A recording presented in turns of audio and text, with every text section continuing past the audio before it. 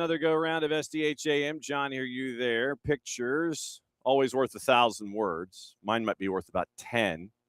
So that is how we are today. We figured we'd bust out just as a celebration of the tournament in and of itself. For those of you that haven't gone poor yet, go to Capelli. We got our Cabo Verde gear, and the boss is already stealing it. All right, so since it is a Friday, we always have to start it the only way we know how to start it. So here we go. No, that's the long version. That's the ending. I don't need the ending. I need the short version. The short. That's at the end of the show in about 2.5 hours. So now.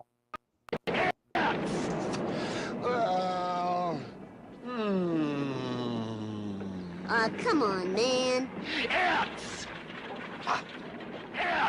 Go for it, dude. It's Friday. Friday.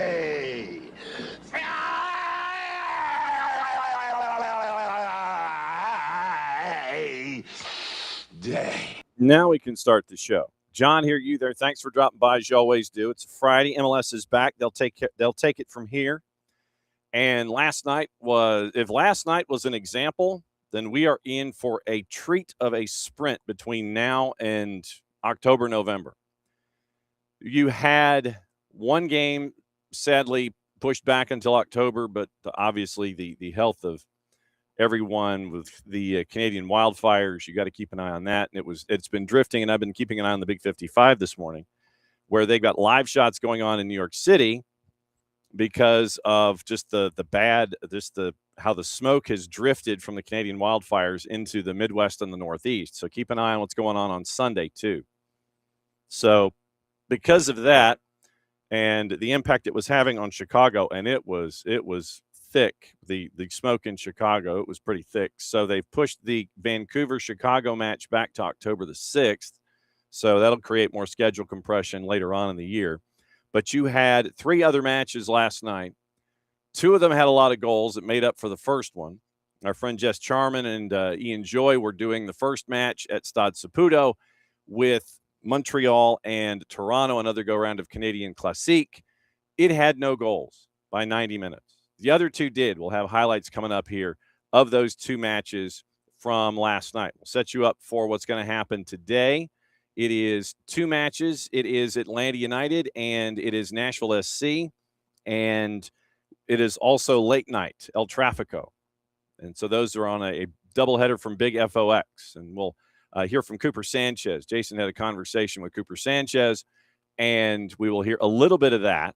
And for the full conversation, visit the Off the Woodwork podcast section, 92.9 The Game, and the Odyssey app, 929thegame.com. We're going to play a little snippet of it, but obviously it's been a very, very busy summer for Cooper Sanchez, and we will find out just how busy, at least a little bit with us. The full conversation with Jason and Cooper, 929thegame.com, and the Odyssey app and the Off the Woodwork podcast section. So here's the rundown for the morning. Rundown for the morning is as follows. From the Kaiser Permanente studios. Once again, thanks to Kaiser Permanente for all that they have done for us, all they are doing for us, and we could not do any of this without them. We can't thank them for their friendship and partnership ever since day one jumping in the door. So thanks to our friends at Kaiser Permanente from the Kaiser Permanente studios. It is Freestyle Friday here on SDH. Michael Parker is set to join us as our friends from Beyond Goals Mentoring visit for the first time in a long time, considering how summer can be a time where you want to take some time off. So we'll catch up with Cap on a couple of different topics, and we will find out what's on his mind heading into Atlanta United second half, the World Cup final, and mentoring questions that I have involving big events, handling yourself, emotionally, and navigating all the ups and downs of trying to stay in control in an environment like what you're going to hopefully be seeing in the Meadowlands on Sunday. Then we'll work our way through the rest of the weekend in Major League Soccer. We'll let you know what's going on, reset everything going on in all the leagues. And at 11 o'clock, we're going to be keeping an eye on something that is going on in the draws for championships. And so at 10 o'clock this morning, we're going to be kind of keeping one eye on a draw and then waiting for 11 o'clock to talk about the draw, because at 10 o'clock, it is and you can watch this live on a separate screen. So we recommend an entire, a multi-screen experience today. So coming up at 10 o'clock, it is the 2026 IFCPF Men's and Women's World Cup draw, 10 o'clock. That's going to be down at the training center, the National Training Center in Fayetteville. And coming up in mid to late August, it's 11 days, October 15th through the 25th, you're going to have I think it's the largest gathering of World Cup soccer involving cerebral palsy football that you've ever seen. And it is the World Cup tournament is going to be at the National Training Center, the Arthur M. Blank U.S. Soccer National Training Center in Fayetteville in mid to late October. Their World Cup draw is happening at the training center in 45 minutes or so.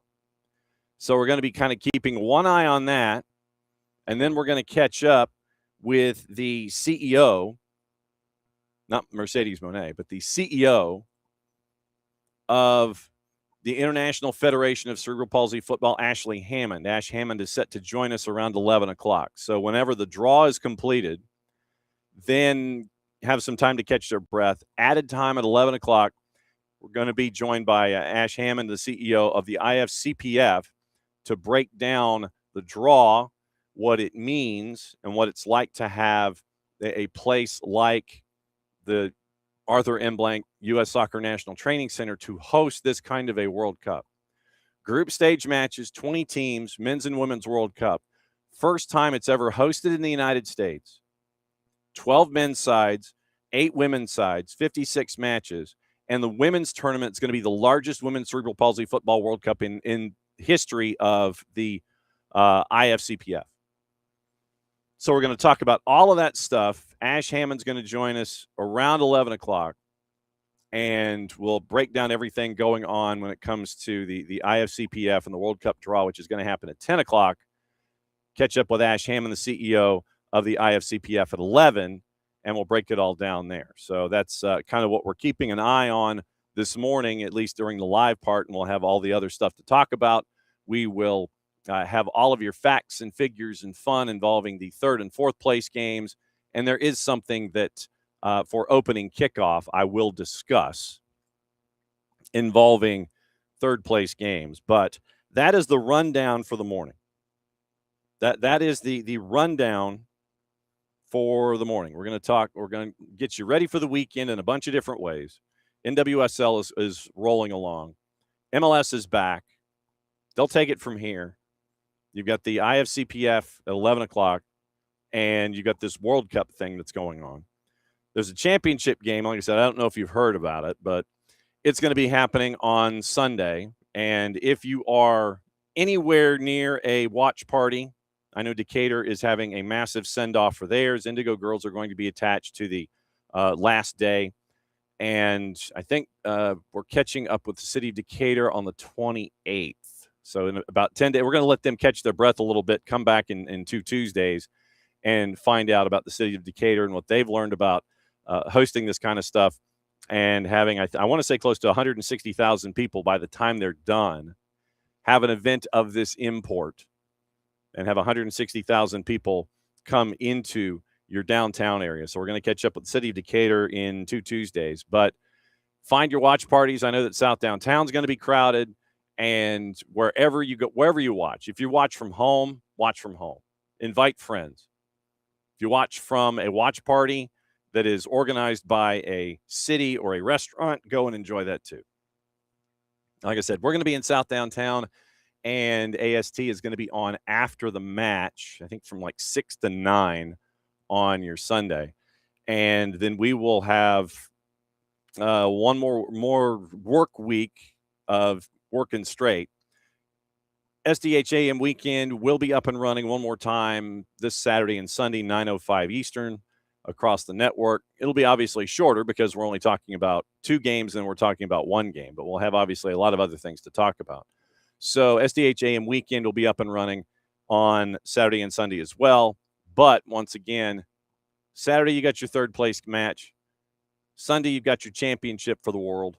And find your fun, find your locations, and have a fantastic weekend celebrating what this city has done and what your favorite city has done when it comes to celebrating the World Championships. Morning Ropes and Morning Alex. And so obviously we've got some news across everything that we'll get into. Okay, so opening kickoff. Brought to us by our friends at Black Pitch Coffee and blackpitchcoffee.com. Starting your day with the most important stories in the game. Right way to start your morning. Black Pitch Coffee, part of the SDH community, showing up at events all over Atlanta. Try their home blend. Made with beans from Brazil and Guatemala. Heavy-bodied, notes of walnut, semi-sweet chocolate, a rich world-class finish. Opening kickoff powered by Black Pitch Coffee and blackpitchcoffee.com. I don't know if you saw this. And it was posted, by, and it was an op-ed. So I'll warn you now. There was an op-ed posted having to do with the third place match. And it was no real surprise that someone would come up with this kind of opinion having to do with clicks and so on. So it's boundless opinion. It's like, I don't know what would cause someone other than legitimately to just sit there and say, hey, read my article. It's an outlandish opinion. Go read my article. So the headline, shameless FIFA insists on pointless third place game that glorifies losing and should be removed from World Cup. That's the headline of the piece. And it's an op-ed. So like I said, this is what this individual thinks. I don't know how much backing this has. I don't know if it, is just somewhere you're just, man yells into ether. Ether does not respond. That kind of a thing. So literally you had a hue and cry from a U.S. reporter for a British entity to sit there and eliminate the third place game. They're being punished by this writer, saying they're being punished with a World Cup third place game that no one wants and has already been ridiculed on social media. Other than it being a part of the tradition of the tournament and, being somewhat selfish, you sit there and it's like, well, it's also another game that the entities that run and or pay rights fees get the opportunity to sell ads for. I mean, if you want to be the most crass about the idea, that's what it is. It's another TV program, but it's also been a part of the fabric of the tournament for as far back as I can remember. So it's not going away. And so literally this was a writer for a British network after the loss. So you can imagine the vitriol in the first place about the tournament in general. And so the idea is to go play a completely pointless third place game that no one wants and will never make up for brutally losing to Argentina in the semis. So, and then of course you go down all the cheap ideas of, tiny participation trophies, the bronze medal match. And I mean, that's what it is. You've seen it in the 5-ring circus too, where you have bronze medal matches. And it has been referred to as an absurdity. No one deserves this. No one wants to be rewarded for losing in the semis. And so this is, what you have. You have people who, for whatever reason, and like I said, the most base reason is just to basically sit there and it's like, you know what? And you also get an extra $2 million on the deal. That you get, your team gets an extra $2 million in prize money. But I mean, at the bottom line, at its most basic, you have a large entity with a writer that wants to gin up clicks, and so you sit there and it's like, well, no one wants this third place game. It's always been there. It has always been there. Opta, 3 versus 4. First time 2 teams ranked in the top 5 will face in a third place playoff match. France at number 3 and England at number 4. So the jingoistic column in this op-ed piece, put simply, America has no time to waste on third place losers. Who cares if the third place game was introduced in the 1934 World Cup? Well, I would believe that the World Cup would care, considering, like I said, it's been a part of the fabric of the event. And like I said, at its most crass, the notion is that it's another TV program that gets to have ad revenue attached from it, or pulled from it and attached to it. So literally, I saw this headline and I was like, well, okay, no shock here that you would have this kind of a thing. Morning local, by the way. So you have all these people that want to say, and this is one of the things that I always try to warn people about. Spread your joy about the game that we talk about. I know that we do a lot. And I know that there are some times where you have a lot of folks that just want to talk negative. They want to beat the game down. Nothing is good. Harumph, harumph, harumph. An outlandish talking point here, and nothing's good. And so, Team A stinks. Team B sucks. Blah, blah, blah. What I would ask for you as we head into the final weekend of this go-round, when it comes to the game, the growth of the game, what we've seen, and I will probably wax a little further poetic about it when we get into the weekend and maybe on Monday, as kind of like a sine die to the whole thing. But anybody wants to come and pull your sunshine away, don't let them. Silly stuff like that particular column that is pulling out column inches and creating clicks and opportunities for people to sit there and be a rage merchant, an irrational rage merchant. Just smile and laugh. Just smile and nod and go, bless your heart. And then we can all sit there and go, you know what happened in this tournament? Specifically in this city. And we talked about the numbers yesterday. Michael Parkhurst had to join us in less than 10 minutes. In this city where we are based, and this is just the downtown numbers, it does not reflect anything that is attached to any of the watch parties that were brought together by cities and counties outside the perimeter when it comes to where we are here at SDH HQ. This does not include what happened in Chattanooga with the Spanish national team, or Augusta, or Columbus, or Macon, or Savannah, or any place that you might have seen that a watch party or a gathering is taking place. What this tournament did and is doing for 2 more match days is reminding us where the game has come from and where it is going. And I think the idea of us being the proper steward for it gets reinforced in moments like this. When you have more than 500,000 people wander into Centennial Olympic Park for the final Fan Fest day, and Piedmont Park is where everything is going to be Sunday, by the way. When you have folks wandering into Centennial Olympic Park to the tune of 500,000, north of 500,000 folks, 544,000 people, I think, were at Mercedes-Benz. So we can call it Mercedes-Benz now. Tournament, no more tournament matches. So at the Benz, you had over 540,000 people. A block down the street, you had another 500,000 for presentations and Fan Fest and that block party. And like I said, in Decatur, you're going to have another 160 for what they've done over a 6-week period with all of their watch parties. All the different teams, 12 different national teams played in the Atlanta area, played in Atlanta for the World Cup. 12. And we went over Mike's rankings of games and everything, and he had like 5 that were ranked number 1. It was like 1 A, B, C, D, and E. And you look at those 8 matches, and you look at the folks that came to town. You can sit there and stare at Argentina all day long. Argentina took over underground Atlanta, and you had 10,000 people there twice. You had Las Palmeras there twice, I believe.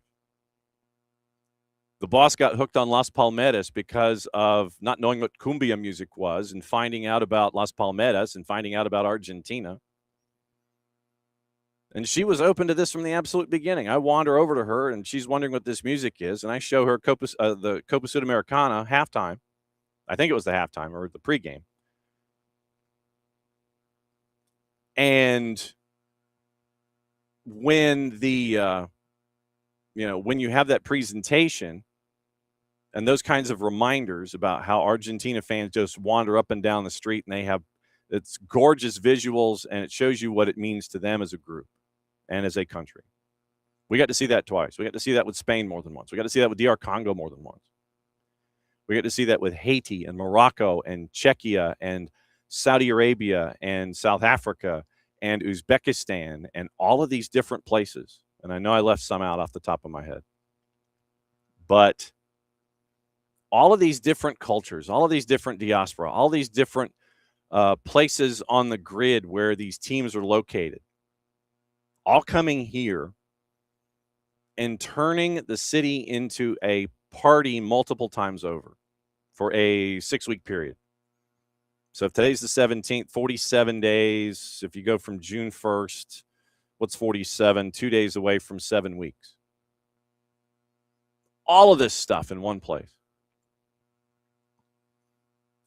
And we were all a part of it in our small way. And even if we weren't directly engaged or involved, it's something for us to carry forward to grow the game about. To see all these different cultures and see everyone coming together. And even when you had the semifinal of Argentina and England. Lynn, I'll get to your question in a sec. When you got to see all these different things happening here in the home for soccer, Soccer City, USA. You've got the national team headquarters. You had 8 matches in the World Cup. You had the Fan Fest to beat the band. Anybody wants to come at you with any kind of negative-ish, smile and nod, bless your heart. And if they're missing out, they're missing out. But we're all going to grow the game. We're all going to bring it forward, and we're all going to sit there and we're going to go, this is what the game is now on a worldwide level. And we get to share it. And we had the opportunity to share it with a lot of different folks that we may not have ever had the chance to share it with and may not have had the chance to share it with again until maybe 2031. That kind of stuff. So that is my missive to all of you. Anybody comes at you with any kind of negative-ish, don't let it get to you. We're growing the game here. You're all part of it. You're all growing the game. We're growing it together. And to be able to be in an environment where you can do that, it's a true blessing. That's opening kickoff, brought to us by our friends at Black Pitch Coffee and blackpitchcoffee.com. Starting your day with the most important stories in the game, the right way to start your morning. Black Pitch Coffee, part of the SDH community, showing up at events all over Atlanta. Try their home blend made with beans from Brazil and Guatemala, heavy body, notes of walnut, semi-sweet chocolate, and a rich world-class finish. Opening kickoff, powered by Black Pitch Coffee and blackpitchcoffee.com. Don't let anybody take your shine. Lynn wants to know if we still broadcast these on Mixlr. These are broadcast on, the Twos games are on our Mixlr channel. And you can go to soccerdownhere.net and go to the Listen tab. And whenever we have anything that's going out to our Mixlr channel, you'll know it. You go to soccerdownhere.net, hit Listen, and then you'll know what's heading out to the Mixlr channel. The morning show and all of the other shows themselves, they are on Twitch. They are on the 280 character app. They're on the YouTube channel. And the audio after the fact is put on our main podcatcher, which is on Spreaker. But it goes out to all of the podcatchers. You know, pretty much name your favorite podcatcher, iTunes, whatever. It's there. So wherever you consume everything here in the SDH universe, it is on our platforms and on our social media. The live games, the high school, the tournaments, the Twos, Atlanta United 2, and we've got their matchup with Huntsville coming up tomorrow night at 8, pregame at 7:30.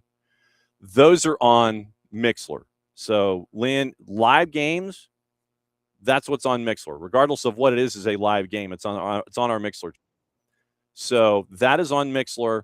Everything else that we do is on YouTube and X and Twitch and archived and put out to podcatchers. Okay. It's been a while. It's been a while since we have seen this individual because, summers are like for vacation and stuff, or like taking family and friends to, tournaments and things, not playing enough golf. So we go to our resident mogul in training. Good to see you, sir. It's been quite a while. Sure has, John. Great to be back on with you. Well, I mean, so what have you been up to, sir? ? Softball, baseball season Mm-hmm. in full swing. So a lot of that. Mm-hmm. So got to 2 World Cup games this summer, which was fun. Okay. Including the match 2 days ago at the Benz. Oh, and you didn't say hi. You and humanity. Were you the one in the middle of the mosh pit for Argentina? Was that you? I'm a big mosh pit guy. Yes, absolutely you are. Mm-hmm. Yeah, you Beavis and Butthead. You go like this, and you're just sitting there, and you're doing that in the middle of the pit. I know you. Yeah. Don't think I don't. Exactly. Yeah, that's been about it. Okay. I don't blame you. You catch your breath and get ready for the sprint after this. All right. So since I was talking about World Cup leading into you, and I was telling everybody that with what happened here in this country, there was an article that was posted, and it was an op-ed piece. So, it's somebody basically sitting there filling up column inches and trying to get clicks, that there shouldn't be a third place game. Those 2 teams, they don't want anything to do with it. They lost, the only thing missing was a harumph, It's like, we don't need a third place game. They don't want the third place game. They don't need to have anything to do with it. And I was telling folks, it's like, look, somebody says something like that, just sit there and nod and go, bless your heart, and move on. Don't let them get to you about what this last 7 weeks has been in this country, about being able to grow the game and share the game with folks, and you being in the middle of the mosh pit with all the Argentina fans. I mean, that's what it's all about, other than, the off the field stuff. It's about learning about other cultures, seeing all of the other diaspora, and seeing how they embrace the game. We get to learn from it. We get to share, and we get to move forward with it. I mean, so what has the vibe been like for you watching and going to these matches? Yeah, I think you're spot on, John. I think it's been incredible to just see the different fan bases and how they celebrate soccer and the passion that they have. And also, I think when you just bring positive energy, how contagious that can be. And, find things that you have in common with people. So like, the Scottish just took over the Northeast for a little while. Yes, they did. They did such great things in the Boston and Rhode Island area, and the community loved them and loved having them. So it was just awesome to see. And obviously the Norwegians, the Dutch, there's just so many awesome fan bases. Obviously Argentina has got a huge fan base, and the vibe that they bring, but every little group, I see your sweatshirt and what they did in tournaments. So yeah, I think that's what sport's about. And honestly, obviously the build up to the tournament, there was a little bit of nervousness of what was going to occur here, what could occur. Yeah. But the soccer took over, and it's been a great tournament. When you get, how much mentoring have you been doing over the summer? Let me ask that. Not a ton, which has been great. A lot of kids have been taking time away, taking time off, enjoying the World Cup. So we've done some check-ins with some kids, but the schedule has been very light, which has been great. Yeah, and the reason I ask is because of the lessons that you can bring from the World Cup to your mentees, whether it's about togetherness. We see the fans and how they respond, togetherness as a group, not giving up. You look at Argentina, that's like the number one example. Just because you're down doesn't mean it's over. when you look at the World Cup, what are some of those things that you're taking as a mentor that you can share with mentees from what you've been able to watch over the last 7 weeks? Yeah, totally. I think there's a couple. One is Messi and Mbappe both missed penalty kicks, right? Yeah. Within a couple days of each other. Mm-hmm. And yet they both went on to score goals later in that game and help their team win. So that's a good one. Not only that, but the first game that I went at was Argentina-Egypt. Oh, And Egypt were phenomenal for 70, 75 minutes. And Messi was bad. He wasn't even just like, okay, he was bad. And then he turns it around, right? He gets an assist and a goal and helps his team turn that tie around and win the game. mm-hmm. And so I think there's a lesson in that too, of like, hey, you're not always going to be at your best, but can you stay with it? Can you dig through? Can you stay focused and be ready for that next opportunity? So he does it obviously so well. I think that there's a lesson in knowing your role. And you look at Spain and their comeback, or not comeback wins, but their late wins. And I can't remember the striker's name, who's now come off the bench and scored 2 game-winning goals. Oh, Mikel Merino. Mm-hmm. Mm-hmm. Right. So, just because you're not starting doesn't mean you can't, be the star and the game winner, right? As long as you have a good attitude coming off the bench. So, there's a lot. The underdog story of Cape Verde and, pulling off the impossible, right? Even if you're going against the best team, doesn't always mean that you're going to get rolled over. Mm-hmm. So, yeah, there's a lot of good stuff that's occurred in this World Cup, and definitely something that we're going to have to go back and make sure that we pull out all the lessons that we can find. Yeah, and I mean it's one of those target-rich environments where you can kind of go, yes, we can learn about this, and this.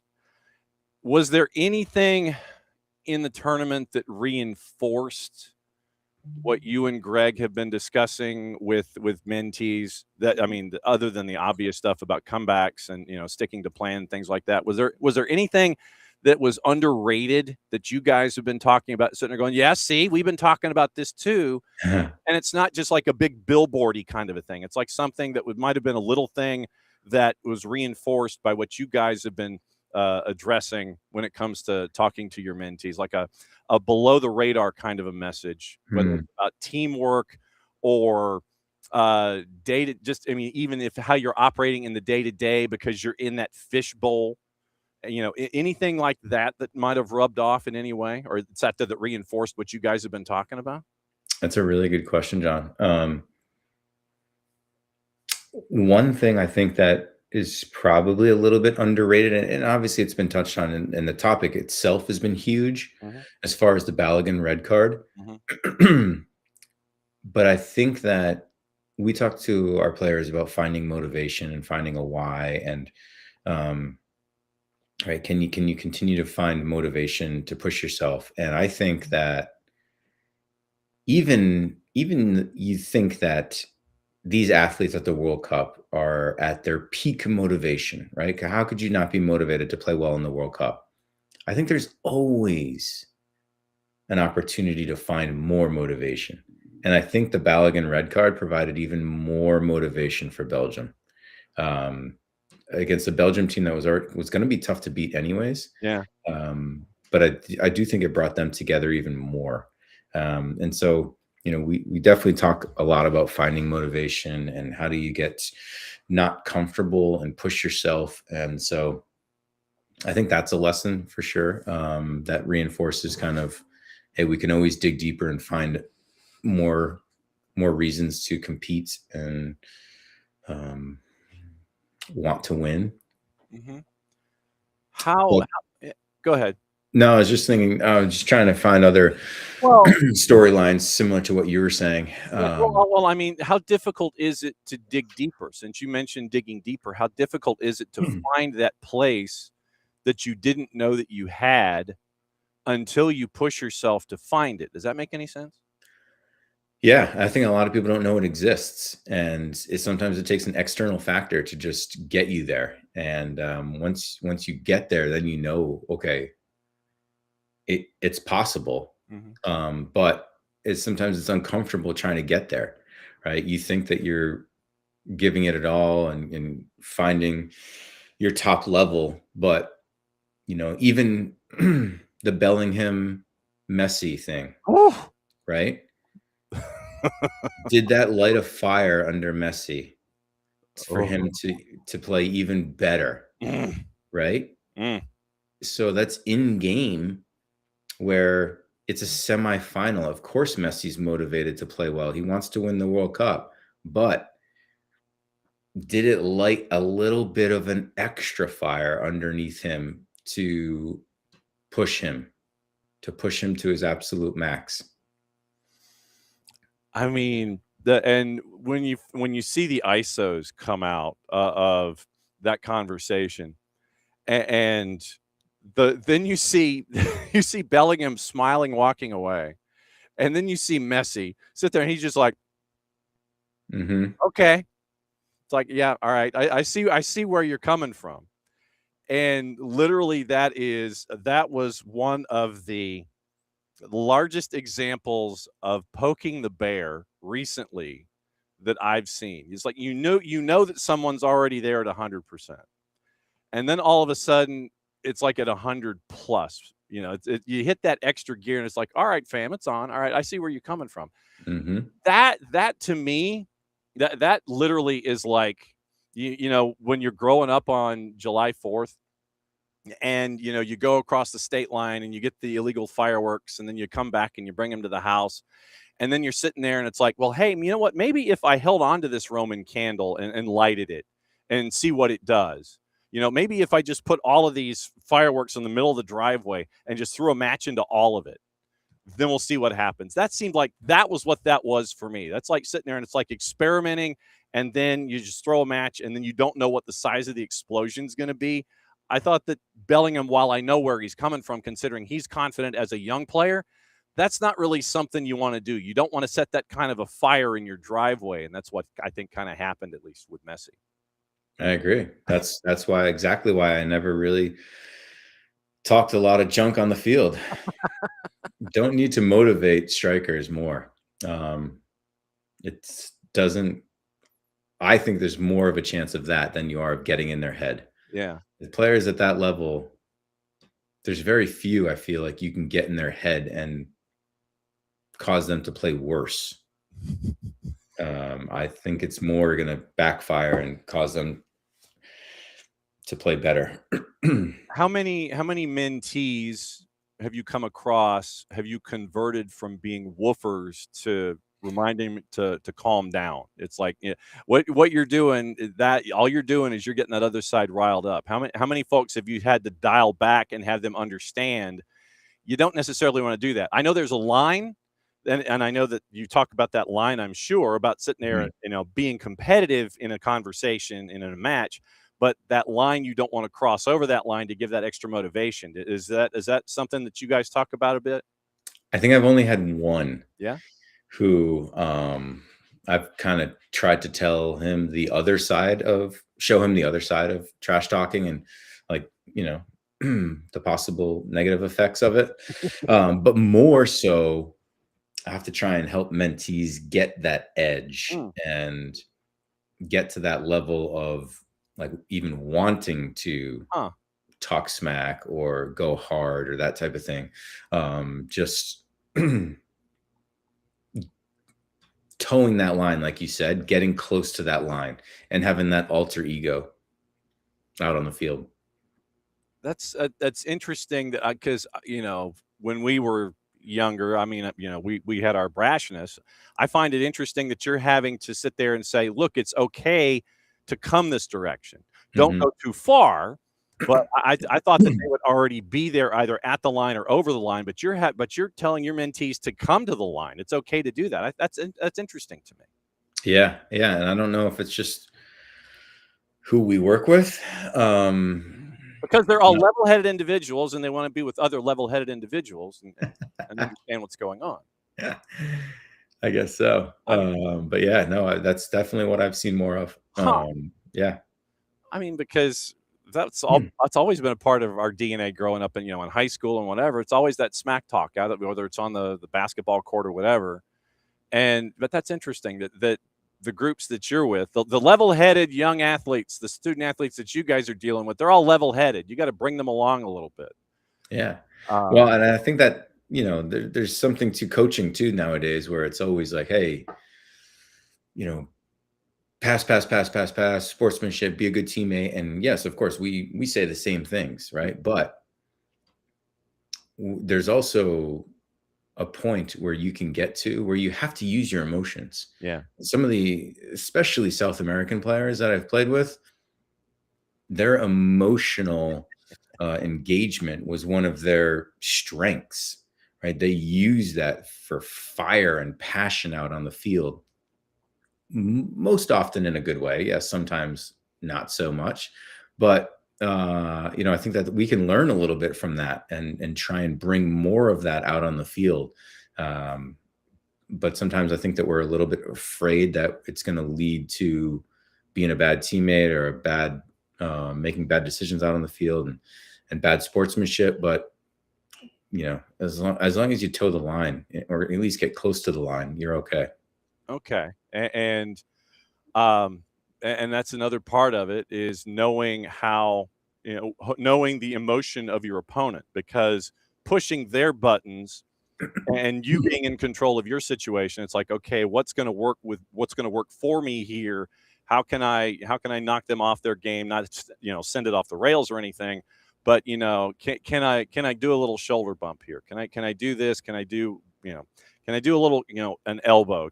Oops, I'm sorry, I tripped you accidentally. Those kinds of things. Getting into their head, but not going over the line. That's Yep, the other part of all of this that I was thinking about. for sure. Who, you mentioned alter egos. Did you have an alter ego? Not really. It was one thing that I definitely could have been better at. Huh. Was going out there with a little bit of an alter ego. I always thought that, and so yes, I don't preach what I practiced all the time, and I tell players, hey, you don't have to have one, but it's okay to have one. Uh-huh. Some of the best players I've played with had one, and you can be one person out on the field and be a little bit different there than you are in the locker room, and that's okay, because hopefully whatever happens out on the field, it stays out on the field, and then you can go back to being who you are off the field. Who was the most surprising person that had an alter ego? Wasn't Big Red, wasn't Lorenowitz, who would he comes in as looking like a librarian, and then all of a sudden he just he's a sneaky and he'll just not take any ish on the field or anything like that. Yeah, I mean, Jeff had one for sure. Yeah, no doubt. I mean, he was somebody you did not want to mess with on the field. No. Even in practice, though, he would let you know. Really? Yeah. I mean, he was never, because he was so intelligent, and even emotionally intelligent, he never really, he was always aware of what he was doing, but there was a big competitor inside Big Red. I mean, I use him as an example because he was always someone that was, I'm not sure I'm good enough. I don't know if I'm going to be starting. I'm going to lose my spot. I'm going to get cut. I'm going to not be on the team. It was always, I have to prove myself. I have to prove myself. I have to do this. And it was always that for Jeff. Huh. He never settled, and he was always out there to prove, hey, I should be starting. I should be on this team. I should, be here next year, whatever it was. He was always out to prove that. And he did it year after year after year after year after year. And what a career. But he definitely had that alter ego where he went on the field and was like, fuck, don't mess with Jeff. Welcome to Friday, everybody. Yes, my apologies. No worry. Hey, look, that gives us the E rating for the first time in a long time. It's all good. That's what Fridays are for, my friend. It's all good. But no, that word I think is definitely appropriate for Big Red. I mean, that's. But but that's another thing where you're talking about insecurity, Mhm. and it's like I don't know if I'm that good. I don't know if I don't know if I deserve my starting spot. I don't know if all of these negative thoughts. I mean, we are our own worst critics. Doesn't matter what life we got. We are all our own worst critics. I can't listen to myself on tape. I can't. I hate the sound of my voice after, show's over. I hate the sound of my own voice. I can't listen to it after it's done. I will always sit there and think about the mistakes I made in a setting as opposed to everything that might have gone well. Hey, you did a great job. I don't know about that. I flubbed this, and this. Sure. I've always, we're all our own worst critics. Yep. So when it comes to mentees, I don't know if when they're, teenagers, I imagine that they're thinking the same things, peer pressure, and we've gotten into that too, being a part of it. But it's just trying to, I would imagine, steer them away from a natural thing while they're trying to compete. It seems like, you want to drag them away from that idea of, you are good if you continue to apply yourself. Don't get wrapped up in all of that negativity because it can affect you the other way if it's not a motivator. And so I would imagine that you and Greg are having these conversations about trying to make sure that you use that kind of insecurity and try to turn it into a positive instead of having it weigh someone down who's so young. Totally. Absolutely. And there's always two ways to look at everything. And that's absolutely one of the things that we talk mentees a lot about, because it's so easy to come off a game and say, hey, I wasn't good enough. I did this wrong. I did that wrong. And, that's why we try and tell them, hey, think about some positives first. And then, you automatically know the negatives. You remember the negatives. They're in there. But force yourself to focus on some of these positive things and use them as motivation rather than, straight negatives of, oh, you weren't good enough. Oh, this is room for improvement. Oh, here's how I can get better for next game. Here's what I need to do better, this week in preparation for next week, those types of things. So yeah, for sure. They're all motivating factors, but you have to be willing to look at it, accept it, see it, and learn from it and grow from it. Because otherwise, we can't take those next steps for sure. How willing are mentees these days? Pretty willing. Okay. I think so. They most of them want to get better, right? That's why they're working with Greg and I. And so they are great when we're watching video together, and we're pointing things out to say, hey, maybe do this, maybe do that. Right? We talk about different plays and why we did this or why we do that or what else to look for. So I think that they're willing to learn and grow, which is amazing. I tell them, like, hey, that's one of your biggest qualities in life is be coachable, right? Be open-minded and coachable, and it can take you a long way. Even professional soccer players need to be open-minded.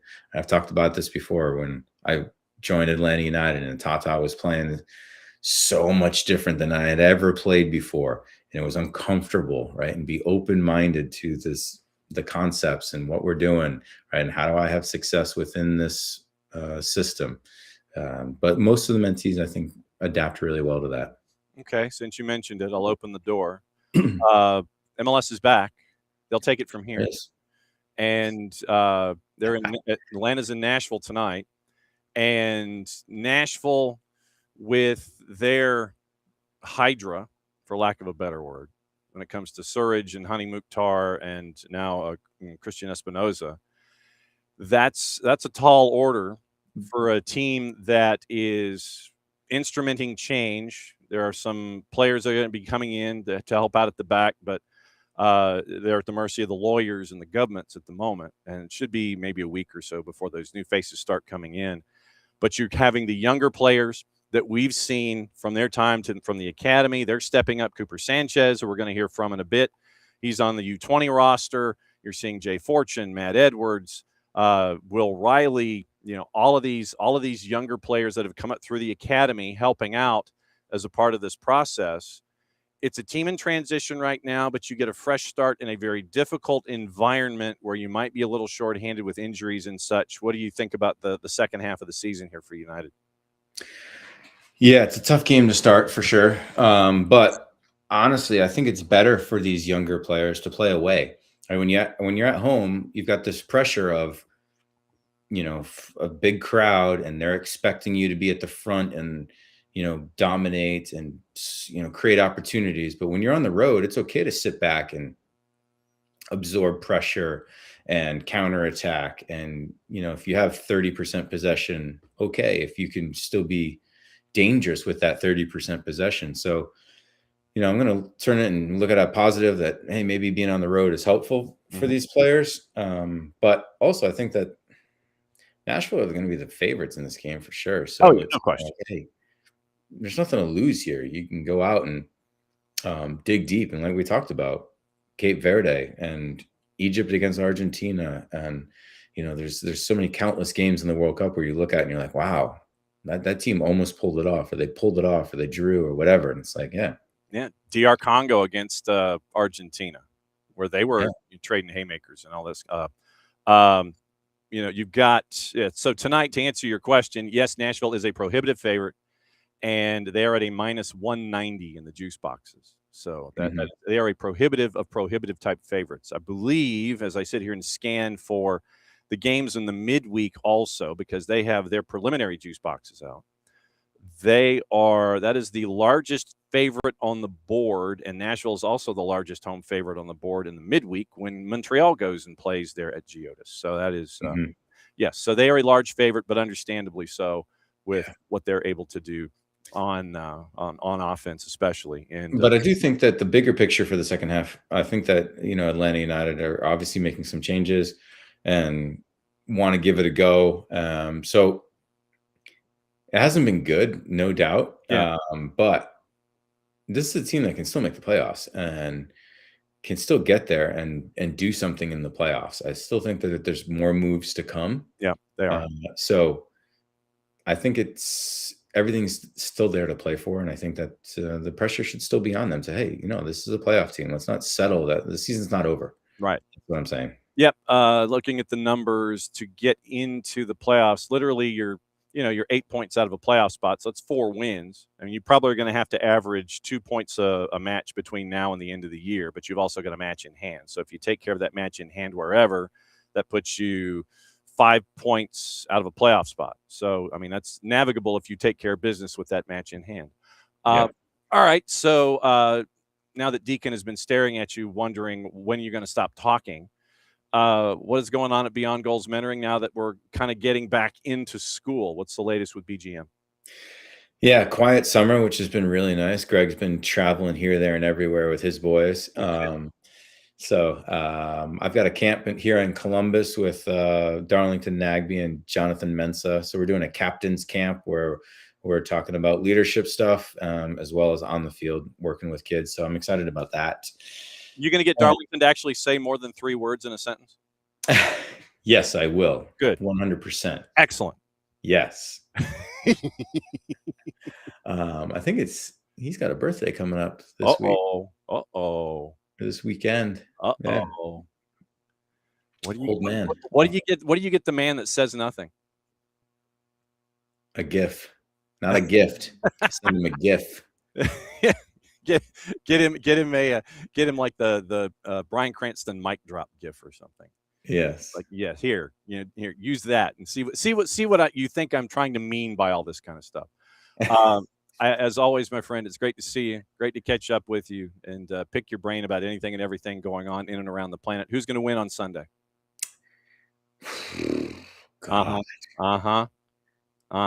I mean, Spain should win.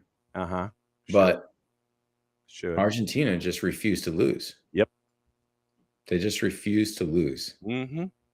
Yes. I do think that I'll be surprised if Argentina can win this game. Okay. If I had to put money on anything, I'd put it on Spain.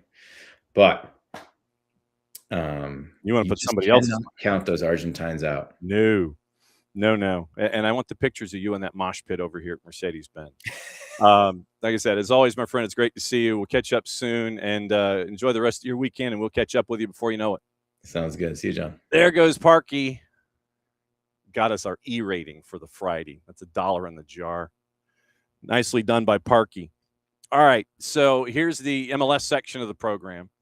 And Atlanta and Nashville, we talk about that one. And we know what Nashville brings to the table. Once again, we know that offense is top-notch. We know that offense is 31 goals, and the defense, the defense being is underrated, and I think it's underappreciated. 11 goals allowed for Nashville to this point of the season. 6-0-1 at Geodis, no surprise. But in 7 matches, I mean, literally in 14 matches, period, they've given up 11 goals, period. And so when you have an offense that is at 31 goals, let me check here. So they're number 3 in the East, and they are 4-5. I think they're the 5th highest. They're the 5th highest rated offense in the league at 30. Well, 30, yeah, at 31 goals scored. I think they're the number 5 offense in Major League Soccer at present. Obviously, Messi and friends are at number 1. Cincinnati, surprisingly, is at number 2. 36 goals scored, but they've also given up 37. So they are number 2 at 36. Vancouver and San Jose are at 34. And then that leads you to Nashville at number 5 at 31. But when it comes to their defense, this is what we don't talk about a whole lot. Defensive numbers for Nashville. 11 goals allowed this season. Obviously, that's number 1 in the East. And that is also number 1 in Major League Soccer. Vancouver, with Takaoka in net, they've given up 12. So that's how close it is to the goals allowed part of the program. Number 1 in defense when it comes to goals allowed. And so then you get into the defensive stats. We'll talk about the offensive stats in a bit, and then we'll talk about Atlanta United too. Alex, that's a good question. What's Tata's version of FEA? I know, really. I got to find my FEA t-shirt, as a matter of fact. So you look at the numbers for Nashville. Number 1 in points in the league. Number 1 in goals allowed, least in goals allowed, obviously. Goal difference, you're, I think, number 2 in goal difference. You've conceded 3 penalties so far. When it comes to fouls, you don't foul a whole lot.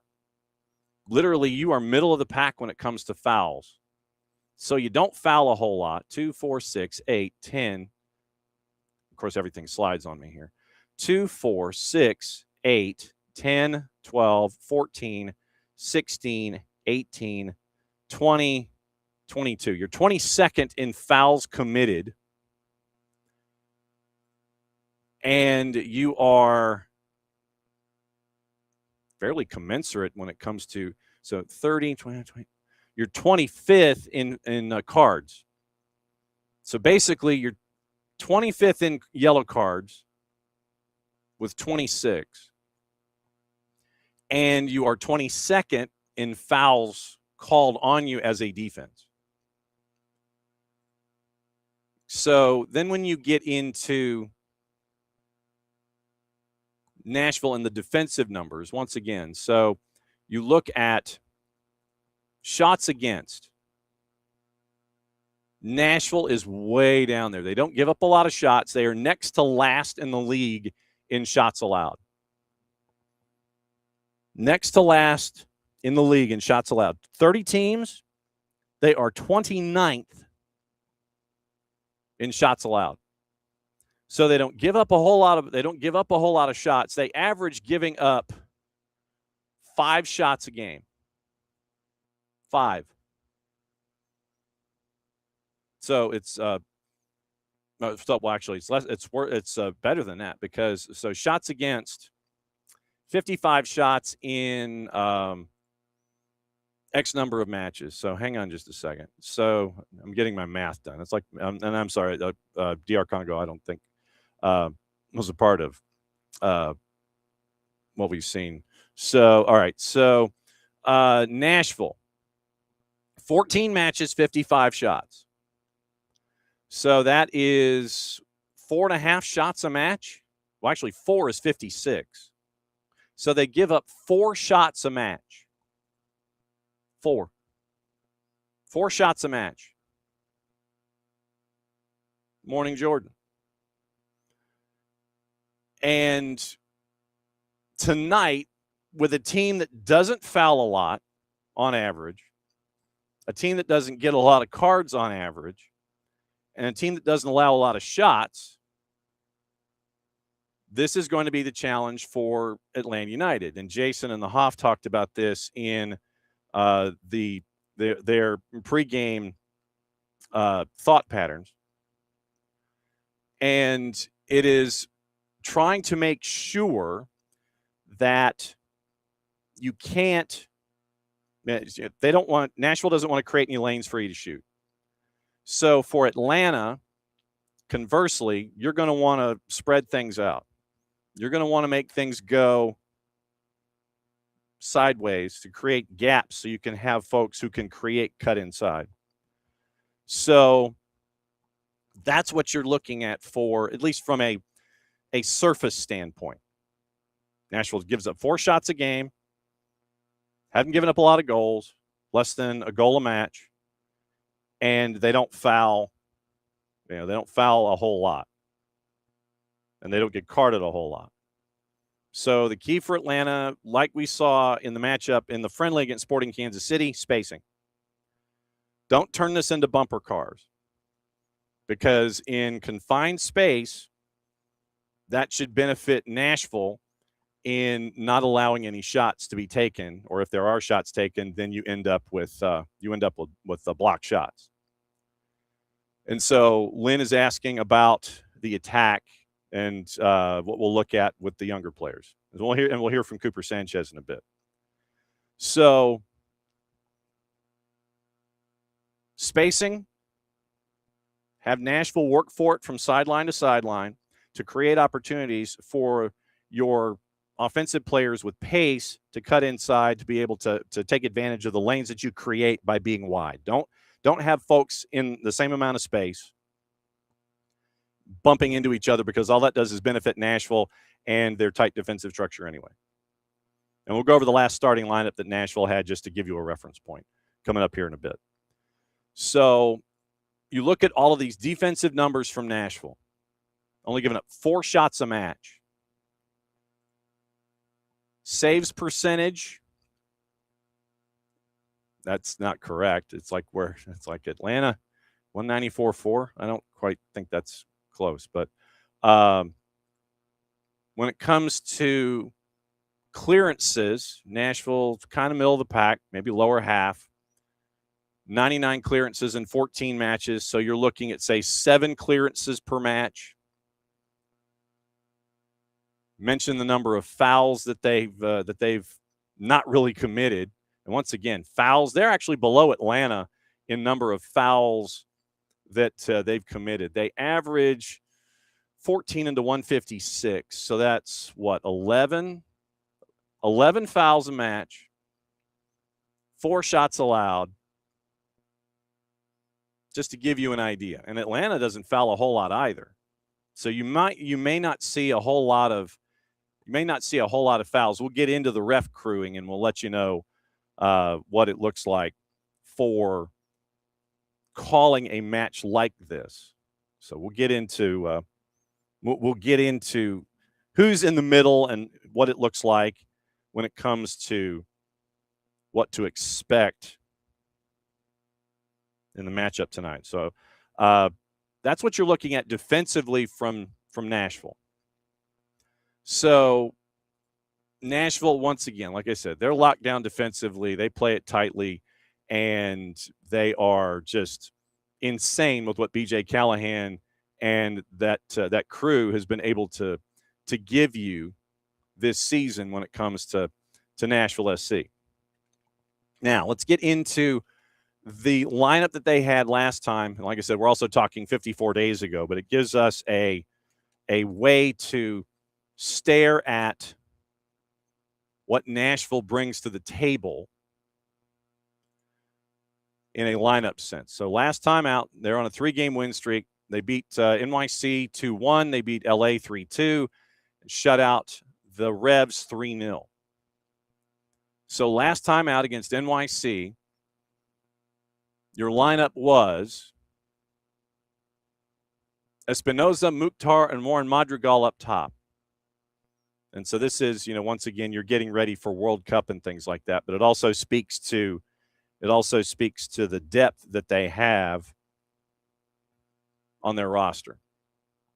Midfield 3 was CupAM, Acosta, and Matt Corcoran.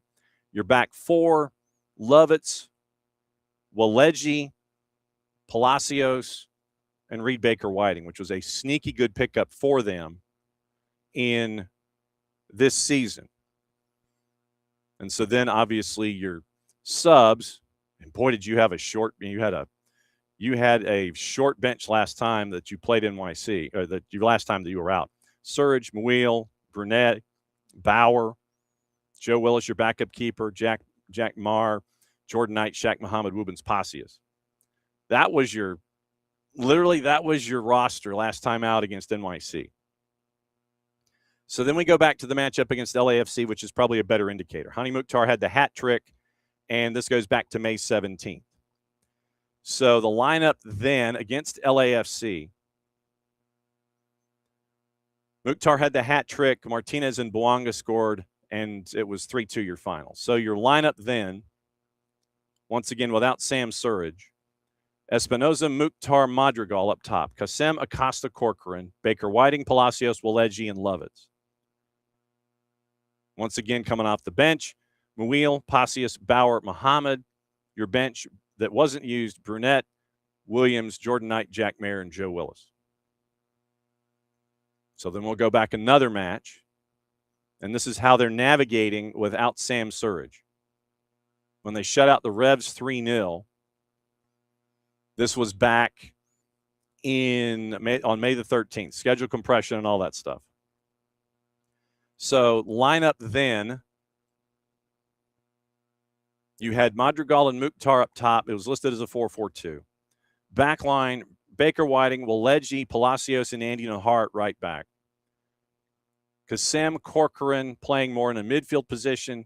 Acosta, Espinosa, Corcoran, and CupAM were your 4 midfielders. Madrigal and Mukhtar up top in a 4-4-2 with Schwacke in net. So that's what you were looking at once again, as they've been navigating without without Sam Surridge. Lovitz, Muil, Burnett, Bauer, Pasias came in as subs. Then you had Shaq Muhammad, Jordan Knight, Jack Mayer, Joe Willis. That was your breakdown. So that's what you're looking at from Nashville for a lineup. The report for Atlanta United, the 2 players that have been brought in we're still waiting on whether or not we're waiting on the visa process. And so what that means is they were thinking that some might be ready by the end of this week, but not obviously match ready to be able to participate tonight. So looking at Atlanta coming in, Ignacio Suarez Corey has been signed to a short-term agreement to help out on the roster side. Junior Alonso and Paulo Diaz, once again, they're processing their visas. Stian Gregerson is questionable with a quad injury. Sergio Santos is out with a calf. Those are the only ones that were mentioned on the fitness report, the availability report. So then you extrapolate that,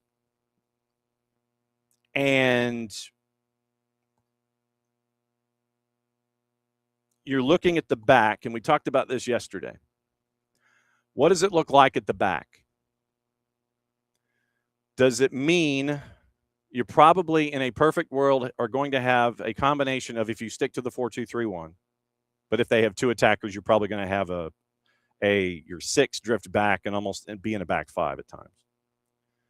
It's probably some combination of, depending on the health of Stian Gregerson, Baez, Matt Edwards, Gregerson, Ronald Hernandez, and Tomas Jakob. So somewhere in that combination. 2 in front of them, probably, once again, some combination. It probably is Tristan Muyumba and Cooper Sanchez. Then you would, or Jay Fortune, and then you would have in your midfield either Cooper or Jay, and then the other question up top. Obviously, you'd have Miguel Almiron. What does it look on the left? Where does Alexi go? Where does Miggy go? Is Latte Lot on the right-hand side? And is your winger, Jay? Is it Luke? That's what you're trying to figure out. So brought up Ignacio Suarez-Corey as part of the short-term agreements that you have. And keep an eye on that. Obviously, that means that Ignacio Suarez-Corey is not available for Atlanta United 2 for their matchup in Huntsville on Saturday night. Well, he might be, because Huntsville is probably just an hour and a half down the road. So depending on number of minutes, Ignacio Suarez-Corey gets the engine warm in Nashville tonight, goes down the road to be a part of things in Huntsville on Saturday night. We'll have that one for you on the network, and that one will be at 7:30 pregame, 8 o'clock, shortly after 8 Eastern kick, Atlanta United 2, Huntsville City Football Club. I'll have the call for you on the network on that one. So that is your 2s/first team update.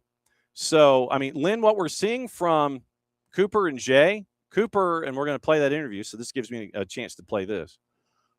Jason caught up with Cooper Sanchez, and if you missed Atlanta Soccer Tonight last night, it was an opportunity for Jason to catch up with Cooper, because Cooper has had a very, very busy, a very, very fruitful, and a very, very busy and successful time involved with his summer of soccer, Atlanta Soccer, if I could spell soccer, Atlanta Soccer Tonight last night. So Jason caught up with Cooper Sanchez last night on Atlanta Soccer Tonight. Here's a part of that interview discussing how very, very busy Cooper's summer of soccer has been. We caught up at national team camp. You had a very strong camp with the US U19s. What did you take away from that experience with the group? Yeah, it was my first time with the 07s now in a camp, so playing in Europe for the first time. Obviously, I've played against a lot of them from the academy days, because I always played with the 2007s, so getting to see some of them and actually get to play with them now was a great experience, and the facility and out in Fayetteville made it even better. It's like everything you could ask for. Every resource is available there. Top class facility. So no, it was a fun camp, and getting to play against a team like Japan as well. For them to come to Georgia was a great experience as well, and we got to eat lunch with them after, and cool. Connect and bond with different countries and stuff like that. So that was a really fun match.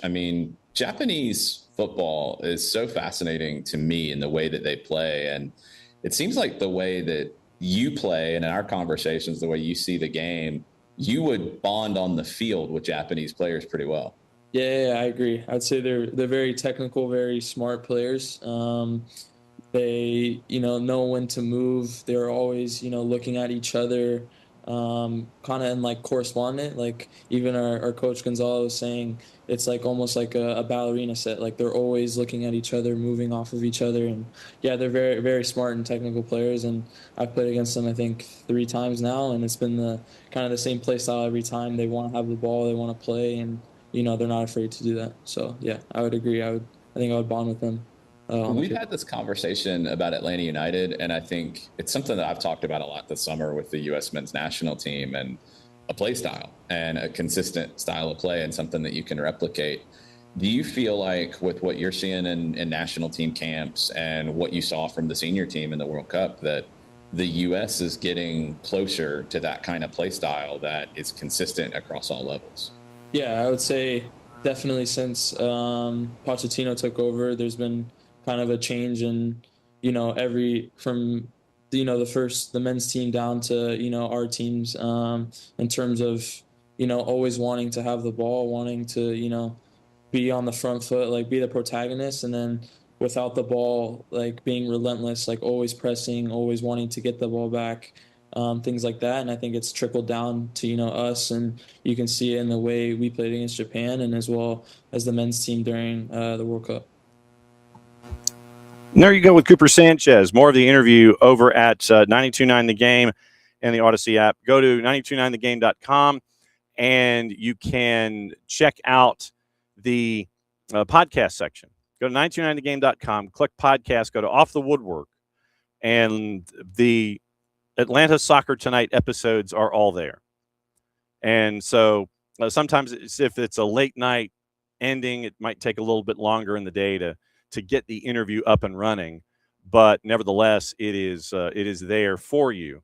Go to the Off the Woodwork podcast section, 929thegame.com, and the Odyssey app, and you get to see what's going on every single day with Jason. He's not going to be, at least I don't think, tonight. I don't think there is an Atlanta Soccer Tonight. Let me go to my Morning Espresso newsletter, because and if you also have not subscribed to the Morning Espresso, then please do so. You can go to soccerdownhere.net, and you drift down the page. You go to read. There'll be a box that pops up. You just enter your email address. Once again, thanks to our friends at Kaiser Permanente. They are the presenting sponsor of the Morning Espresso newsletter. And it is everything that Jason finds in his search engines. Jason actually is his own search engine, frankly. So everything that Jason finds, he will share with you every single morning. It's in your inbox, and it's your way to start the day. It's our morning newsletter. And so allegedly kicking off tonight at 8. My guess is that it's probably going to be 8:25 or something. So here's Jason's look at the match. Miguel Almiron back, obviously thin at the back. And then Miguel, when he was asked about it, after the first 14 matches, Miguel said, first thing we have to change is the attitude and the ambition. We have to want more as a group. Tata Martino says we're not just focused on facing the opponent who's up next on the schedule. We're also continuing to work on our team, facing the challenges that we're working on overcoming as a group. And then in the international break, into the World Cup break, Alexei Miranchuk's been a bit of a false nine. Latte Lat has been out wide. And so it's going to be interesting to see what happens. Remember the Ronald Hernandez banger that got the win for Atlanta United last year, looking for the same result this time around. But get this. Geodis Park has not seen a loss since that Ronald Hernandez banger last year. So that's the early part and the early info of all of this. So last night, we'll work backward.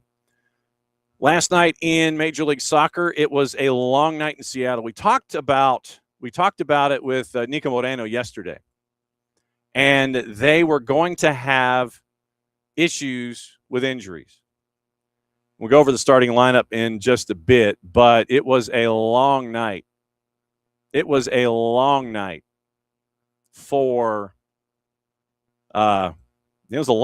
Seattle last night. I will tell you that right now.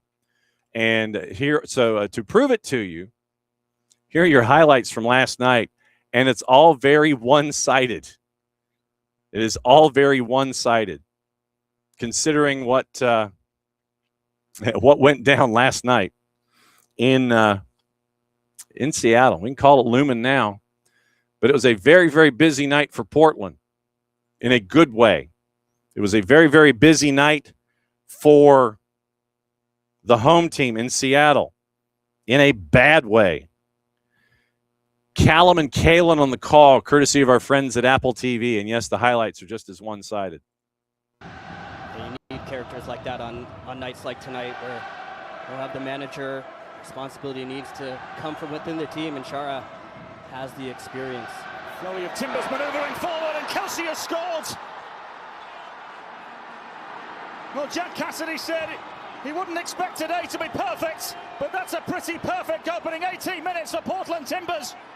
And first blood is Rose City Red. So De Costa and Lassiter over the ball. Towards the back post they do go. By across the face of goal it goes, it's 2! Kamal Miller with the goal. Shara into Bassett. Kelsey and the Timbers in full flow. De Costa looking to make it 3. It's David De Costa. And towards goal it goes, it is 3! Here's De Costa. Down the line for Anthony. The matchday results presented by AT&T. But Anthony's in here! Very good save, but it's scrambled in for 4! And Portland once more. De Costa. Space opened up for him. De Costa's in behind. And it will be 5! Alexander Aravena with his first goal for Portland Timbers. 5-1. And literally it was 4-0. Then Hassani Dotson, who Nico said was going to be getting some minutes, got a goal in the 87th. And then Aravena scored at 90+8. Largest home loss ever. Worst home defeat in MLS history. First time Sounders have allowed 5 goals at home in 17 years. Jack Cassidy makes his debut as interim coach for Seattle Sounders. And it's a 5-1 win there. 3 goals in a 7-minute span. 3 goals in a 7-minute span for Seattle. Miller in the 56th, Bassett in the 60th, Kevin Kelsey, his brace in the 63rd. And so that was the late night game. In other news, there was supposed to be a game in Chicago, and we talked about it off the top, where because of the Canadian wildfires, just the air quality was it was not safe to have any kind of activity, much less athletic activity in Chicago. Same for New York right now. And so the matchup with Chicago and Vancouver that was anticipated at Soldier Field, which was supposed to be the grand unveiling of Robert Lewandowski, did not happen. They had 40,000 tickets sold, and it was an opportunity to show off the new player, but they didn't quite get to do it. Fire had to pay FC Cincinnati $350,000 in GAM this year for an international spot to clear Lewandowski for the debut. And it was obviously once again delayed till October the 6th because of the Canadian wildfires. But yeah, Chicago Fire had to pay FC Cincinnati $350,000 in 26 GAM for the international spot to clear Lewandowski. So everything is now copacetic with Robert Lewandowski being a part of the Chicago, the Chicago Fire. We mentioned yesterday Kai Wagner was going to be brought back on a DP deal just under $4 million, and now the club is going to have 3 left backs earning over $300,000, and you have a U22 spot on Philippe Ndinga. So you bring back Kai Wagner because you need help defensively. And now you've got a bit of a logjam and you've got a bit of a salary issue at that particular position. So we'll see what happens with Philadelphia. Oh, one other note with Seattle last night. Jordan Morris forced off at the half, ice on his right quad, because there was a point where he was sitting down on the field, did not make it out past halftime, and so Jordan Morris is going to have an injury monitored because of, once again, you're in schedule compression. We talked about that with our friend Nico Moreno yesterday, that you're having to navigate schedule compression and you're going to navigate all of the injuries that are attached as well. And so you have that to look at. The other game that was played was in St. Louis at the park that keeps running and running and running. And it was the way to start the night after the goalless draw in Canadian Classique. Jess Charman and Ian Joy were on the call. No goals, Toronto and Montreal. So that got us to the second match of the night. And it's St. Louis City SC and Sporting Kansas City. And this one went for a while before they had an answer as to who was going to get full points. Once again, AppleTV and MLS, Nate Bacady and our friend Devin Kerr on the call. There's a ball chipped into the area, and it's knotted down right at the doorstep. Jansen Miller, that St. Louis native, doesn't get the clearance very far.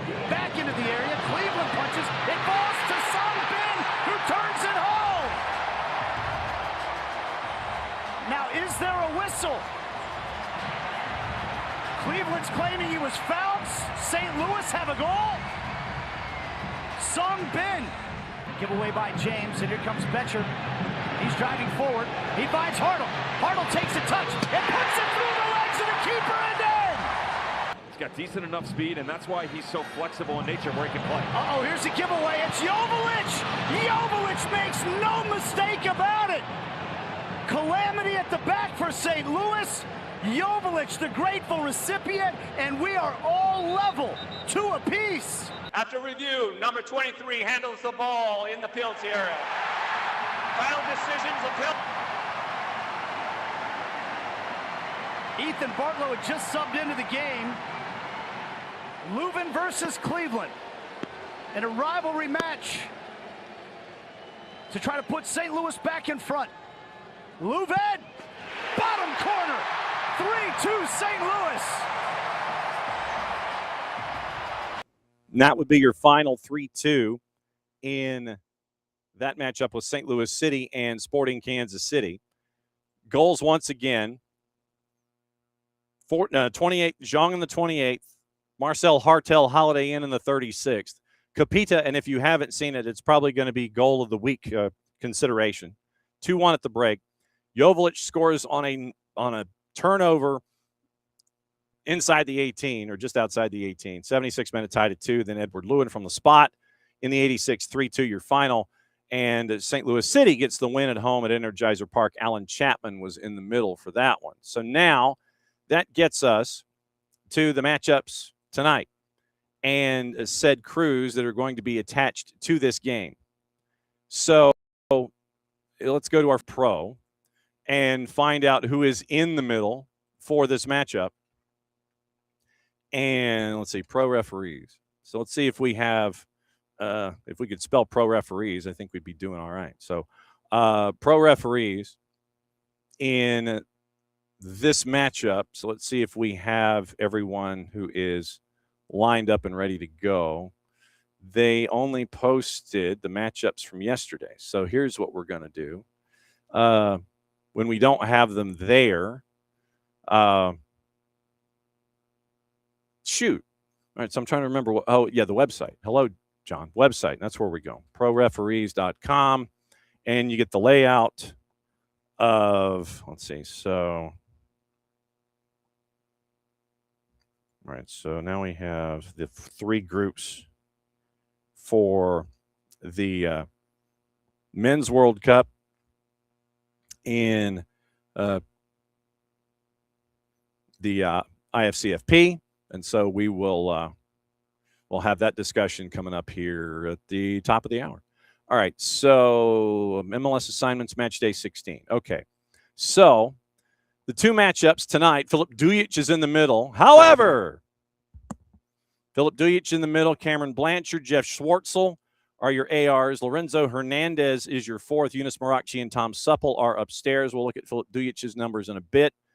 LAG and LAFC listed at 10:25 Eastern. Rubiel Vasquez is in the middle. Jeremy Hansen, Jose da Silva are your ARs. Elihio Adegin is your fourth. Edvin Jurasevich and Jonathan Johnson are upstairs. So, okay, let's look at Filip Dujic's numbers here in 2026. So we go to our friends at Who Scored, and after they dance us around a little bit, we need referee statistics. It's like literally you get the ref stats, but then they give you 2023 as your default year, and that's not what you're looking for. So you are looking at Filip Dujic, who has called 9 matches this season, and he is 8th in fouls called at 27 of individuals who have more than 3 matches called this season, because you have Brandon Stevens, who's called 2, Joshua Encarnacion, who has called 2, Remy Touchon, who has called 3, and Rodrigo Albuquerque, who has only called 1 match. If you take those out of the equation, then Filip Dujic is 4th in Major League Soccer in fouls called per match at 27. Fouls per tackle at .87 puts him tied for 10th. Penalties, he has called a few. He's called 2 penalties. Well, he's called .44. So he has called 4 penalties in 9 matches. So keep an eye out on that. Then yellows per match, he is 12th, so upper third at 4 1/3. So 39 yellows in 9 matches. And he is 4th in fouls called. So you have a team in Nashville that doesn't foul a whole lot, doesn't get a whole lot of yellows, with an official who is 4th in the league in fouls called per match and isn't afraid to give cards. Upper third at 4.33. And literally it's just like, one way or the other. Dujic is 8th in the number of yellows administered. Drew Fisher, because of the match that he had last night, Rubiel Vasquez with the matchup that he has coming up tonight, and Victor Rivas, they've all been double digits, as has Ismail Elfath. So Filip Dujic, 8th out of 32. So upper quarter in yellows per match. And he has given 2 reds so far this season. So 4 penalties, 2 reds, 8th in yellow cards, and 4th in standard MLS officials who have reffed more than 3 matches this year. If you really wanted to get into like regular time when it comes to fouls per match, literally you could go as high as 3. Ricardo Fierro's had 4 in the middle at 33 1/4. Elihio Adegin, 5 in the middle for 29. Alexis De Silva, 9 matches in 28. Filip Dujic, 9 matches in 27. So 4th, 3rd in that zone someplace. But Ricardo Fierro's kind of like the left-hand side of the bell curve. He's got 33 1/4 fouls called per match, but then it doesn't even back out until 29. Adegin at 29, Alexis De Silva at 28, Filip Dujic at 27. So in league, he's called a lot of fouls so far this season. Called a lot of matches, a lot of fouls by comparison. Not afraid to show yellows. 4 penalties also issued in 9 matches. So that's the stuff to keep an eye on with Filip Dujic, with him as the man in the middle so far this season. So that's the rundown there. So keep an eye out for what to anticipate tonight for those of you that might be watching, might be heading north, all of those things to kind of keep an eye out for what you're staring at when it comes to Major League Soccer tonight. Once again, these 2 matchups clear the way for everything that's going on in the third place match and in the championship match this weekend. So once again, quickly, just so you've got your juice boxes for the weekend, France favored -110 tomorrow in Miami, 5 o'clock Eastern kick. Draws a +285, and England is a +280. So England is a decided underdog in this matchup at a +280. So you've got that to keep an eye on. The opening date of Dylan Butler Estates and Etihad Park is now official. July 17, 2027. 7/17/27. Brad Sims said it's 12 to 13 years in the making. 25,000 seats next to Citi Field. It's going to host matches in the Olympics. Gotham's moving there in 28. Remember, they had the sellout next door in Citi Field. And so keep an eye out for all of that. We now have a start date for Dylan Butler Estates. And so you're looking at that as the rest of your news out of Major League Soccer. Lindsay Heaps is going to be getting her first start for Denver this weekend in the NWSL. So if you want to watch the Denver Summit, please do. Most watched World Cup in the history of English language broadcasting. Argentina's win over England, over 15 million viewers on Big FOX, peaking at just over 22 million. Beat a record set one day earlier when Spain's win over France had almost 11.5 million. Semifinal average in 2022 for Big FOX, 6.5. UK, the match peaked at 24 million, 85% share. Averaged 22 million across BBC One and iPlayer. Spanish language side, averaging 5.9 million viewers through the quarters, up 150%. Digital viewership up 309%.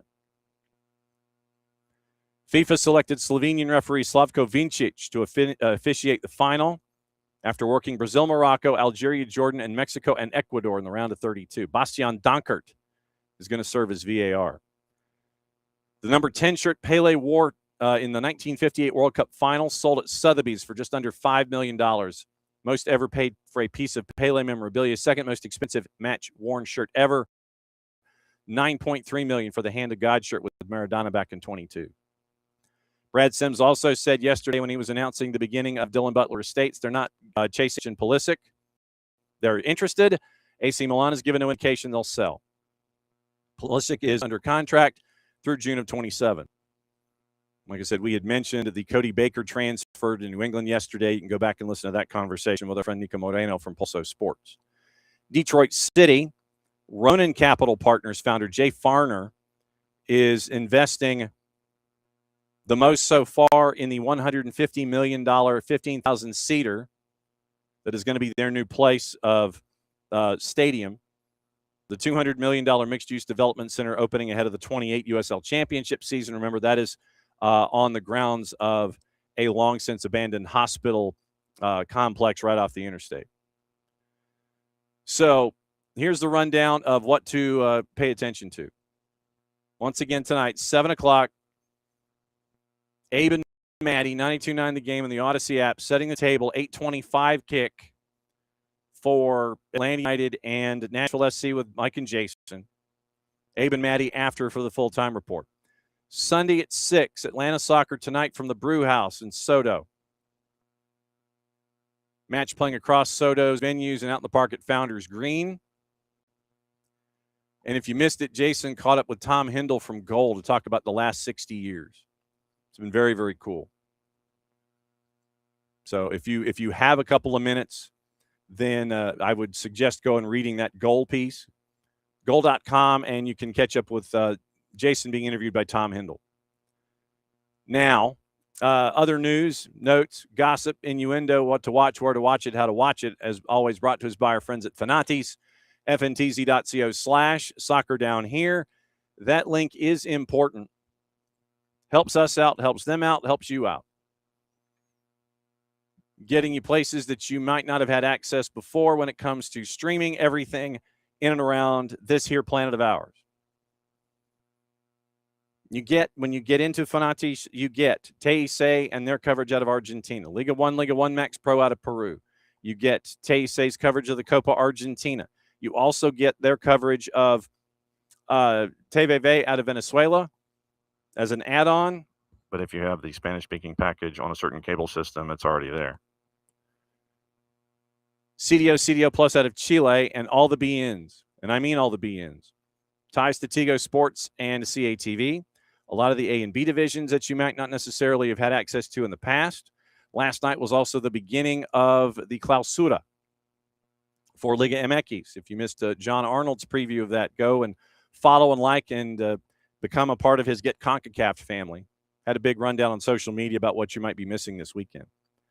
So all of those things with the BNs, you get Middle East, you get North Africa, you get their European coverage with what is going on in France, in Poland, and in Turkey. I always forget a third one. I can always remember two of the three, but I can't remember the three. So you get those leagues, you get all the things, and you get to find out what's going on in North Africa. WAFCON coming up, I think, in about a week. And Temo Shawinga, it was announced she is going home to represent her home country in WAFCON. So she'll be away from Kansas City Current during the WAFCON tourney.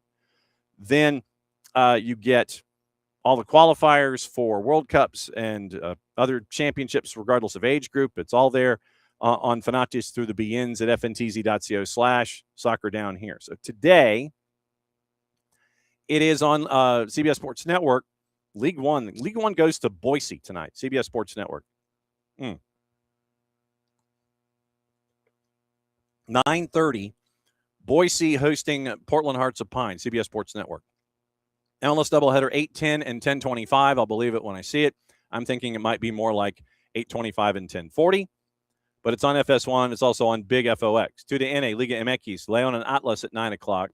Universo has Juarez and Puebla at 11. Apple TV has the matchups with Nashville, Atlanta, LAG, and LAFC. Fox O&E has your doubleheader. Fox Soccer Plus and One Soccer has the Canadian Premier League, Atletico Ottawa and Inter Toronto. And that's at 7 o'clock.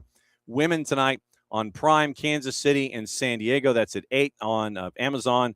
ESPN Plus has the Northern Super League at 9 o'clock, Calgary and Montreal. Tomorrow, big CBS at noon, USL Championship, Pittsburgh and Lou City. Big FOX has the third place match, France and England. That's at 5 o'clock. Golazo Network late night has USL Championship, Phoenix and Monterey Bay. Fox Soccer Plus and also One Soccer has Cavalry and Halifax Wanderers at 3 o'clock. Telemundo has the third place match with France and England. Then they have Guadalajara and Toluca at 9:07 on Telemundo. 2TN has Sábado Futbolero, Pumas Pachuca, Monterrey Santos Laguna, Querétaro and Club America 7, 9, and 11 o'clock. Universo Guadalajara Toluca 9:07. Univision, Monterrey and Santos Laguna at 9, Querétaro and America at 11. Amazon Prime has Liga MX, Guadalajara Toluca 9:07. USL Championship, 7 matches on ESPN Plus, 3 at 7, 2 at 7:30, 8:30, and 9. USL League O&E, 3 matches at 7 o'clock, 1 at 7:30, and 1 at 8, Union Omaha and Westchester. Fox O&E has the World Cup at 5, and the Canadian Premier League leading into that, Cavalry and Halifax at 3. And One Football, MLS Next Pro, and the MLS YouTube channel. MLS Next Pro, 3, 6, 8 matches on Saturday, including Huntsville City and Atlanta United. The video version, we'll have the audio for you. Paramount Plus, Scottish League Cup, Aberdeen and Queen's Park at noon. Dundee United and Arbroath at 2. Then USL Championship has noon and 10:30. Pittsburgh, Lou City, Phoenix Rising, Monterey Bay. Big ABC has the NWSL, Gotham and Seattle at noon.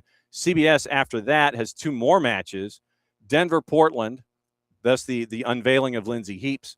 Bay and North Carolina Courage is at 4 o'clock. Ion picks it up after that. 6:30, Chicago, Angel City. 8:45, Utah and Orlando. Tubi simulcasting those matches. ESPN Deportes simulcasting Gotham and Seattle in NWSL at noon. NWSL Plus racing Louisville, Houston Dash at 8.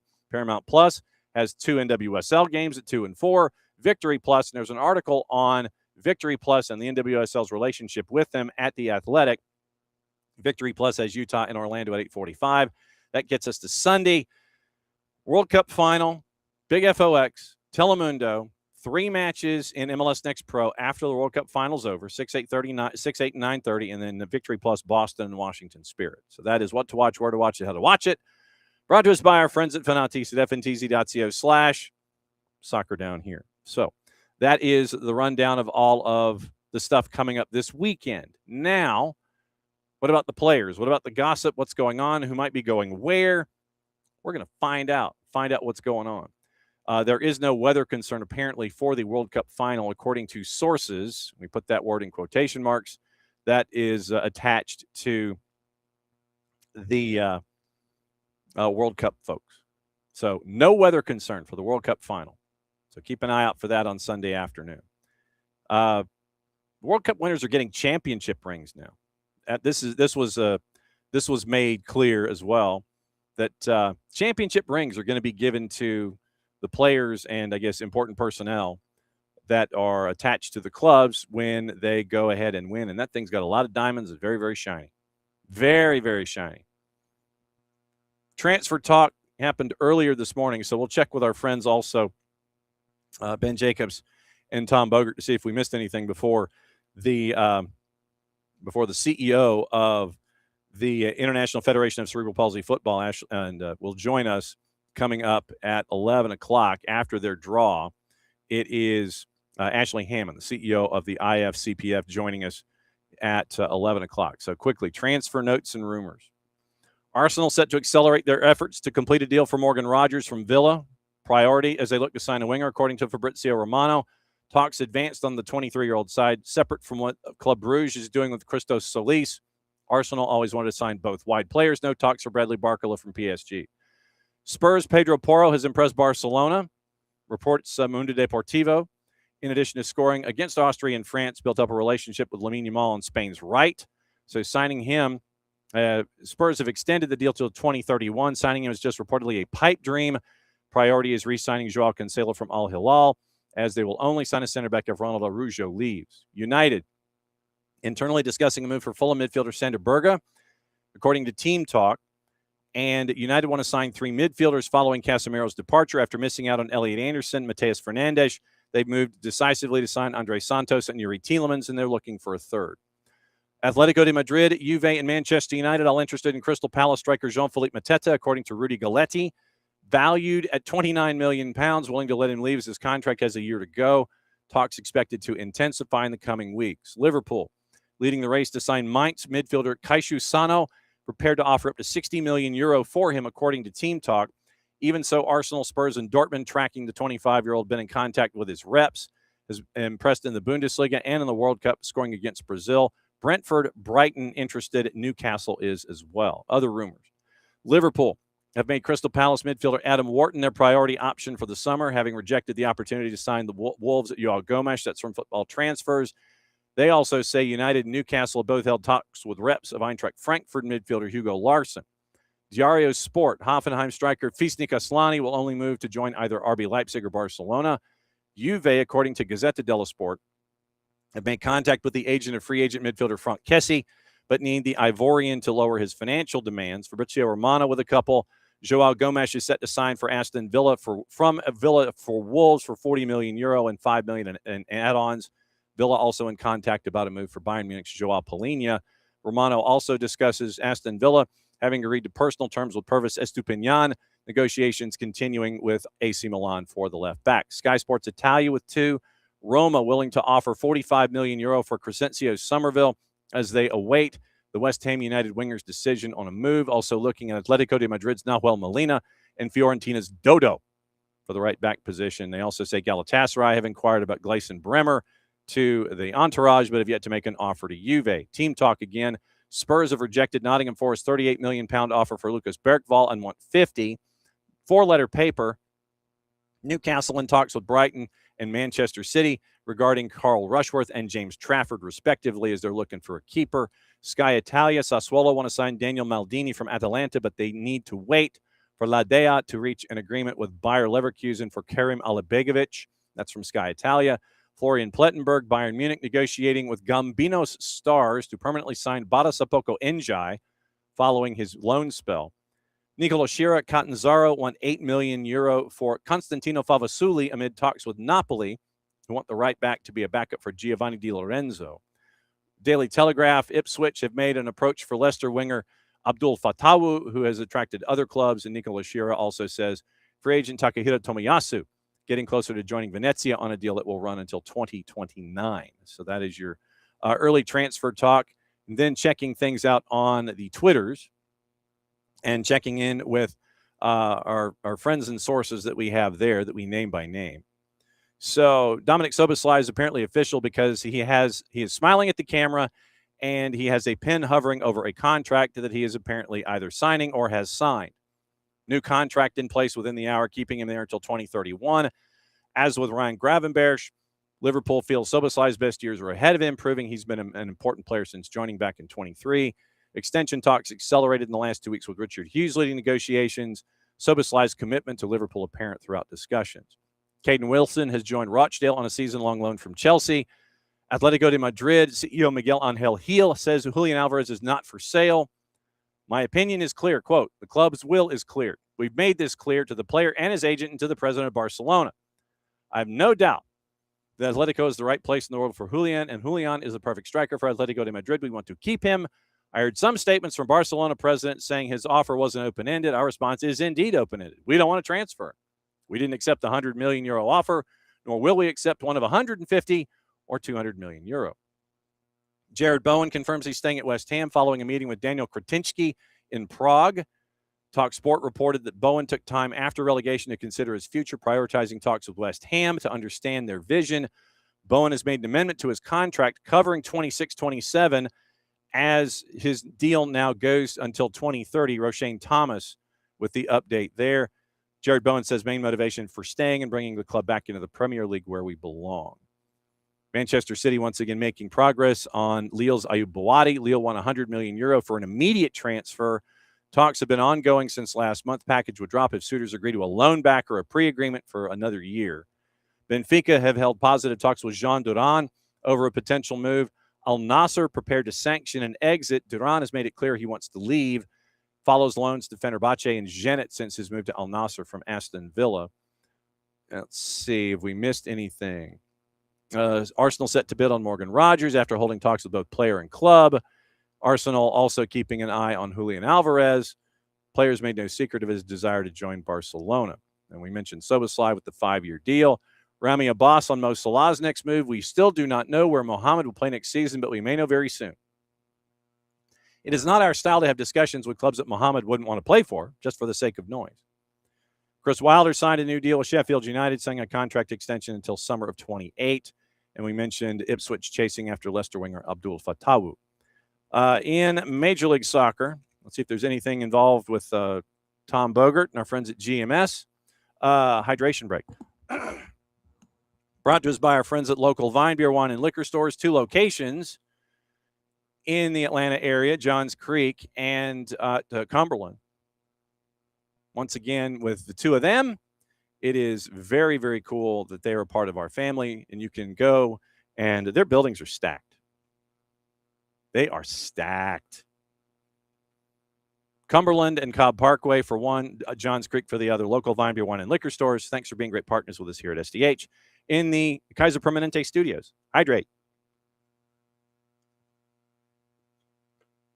So there you go.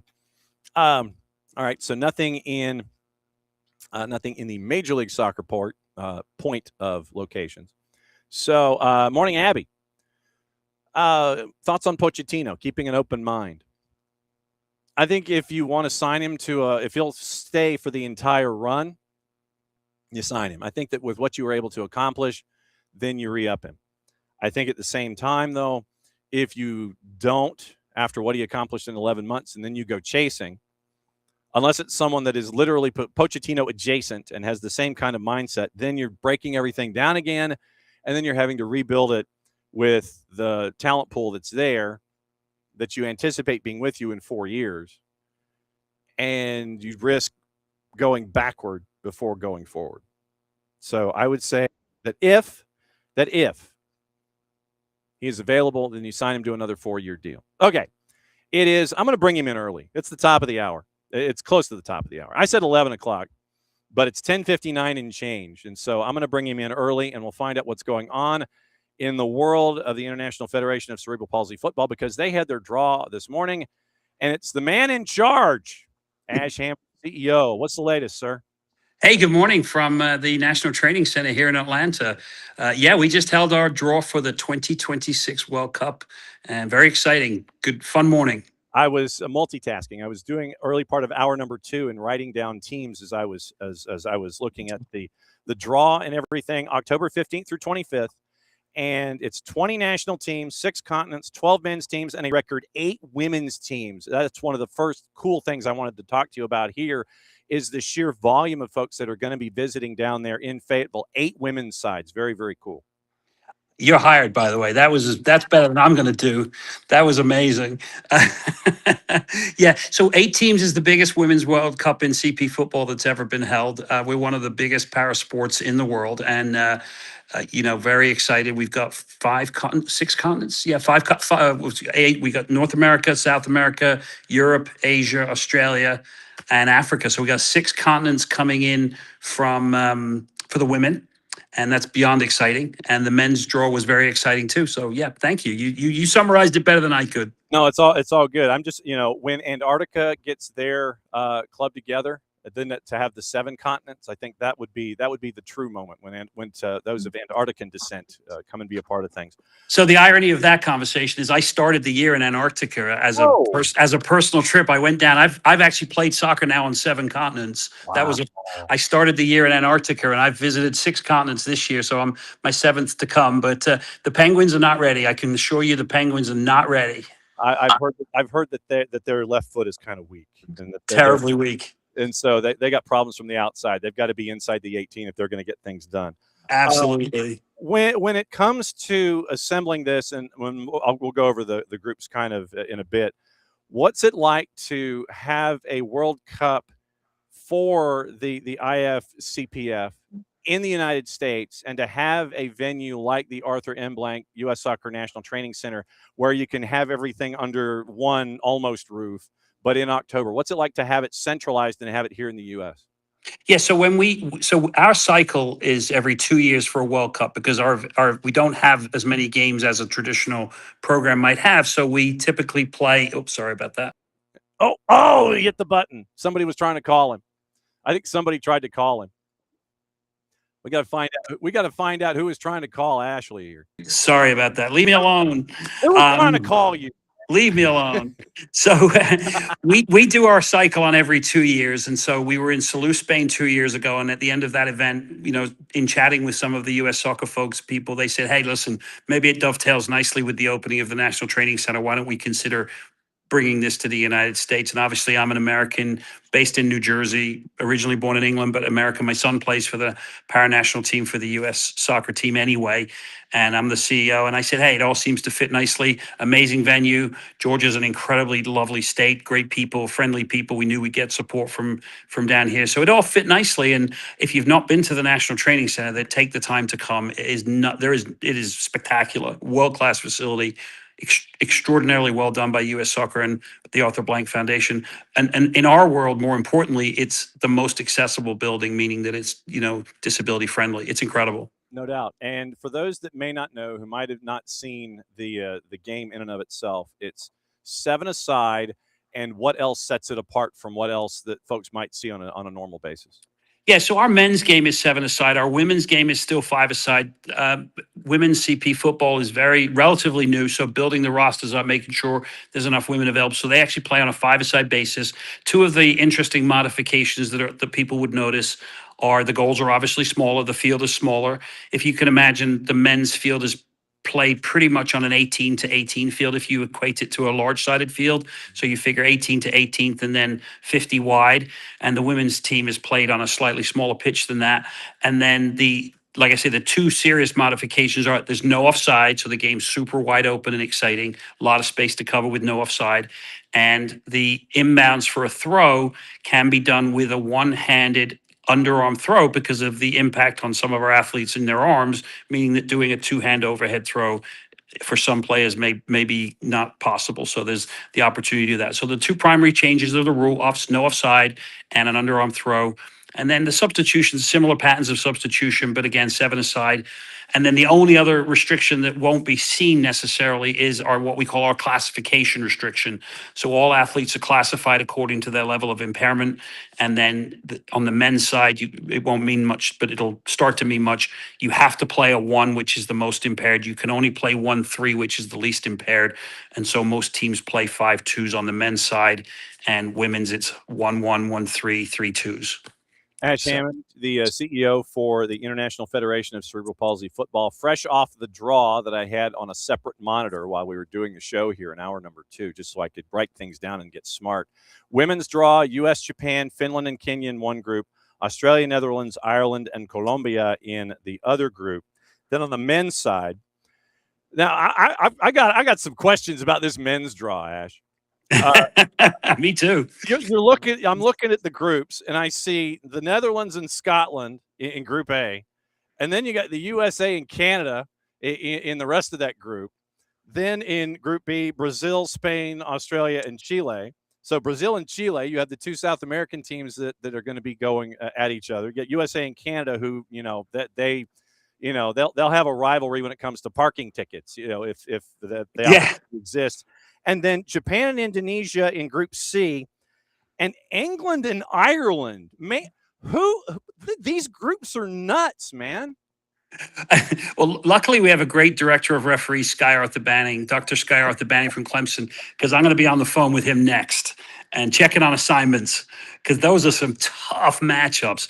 The U.S. men's head coach is actually Scottish, but he's an American citizen, and head coaches the U.S. men's team. And Scotland was here recently for the opening of the facility to play the USA, so they got a taste of it.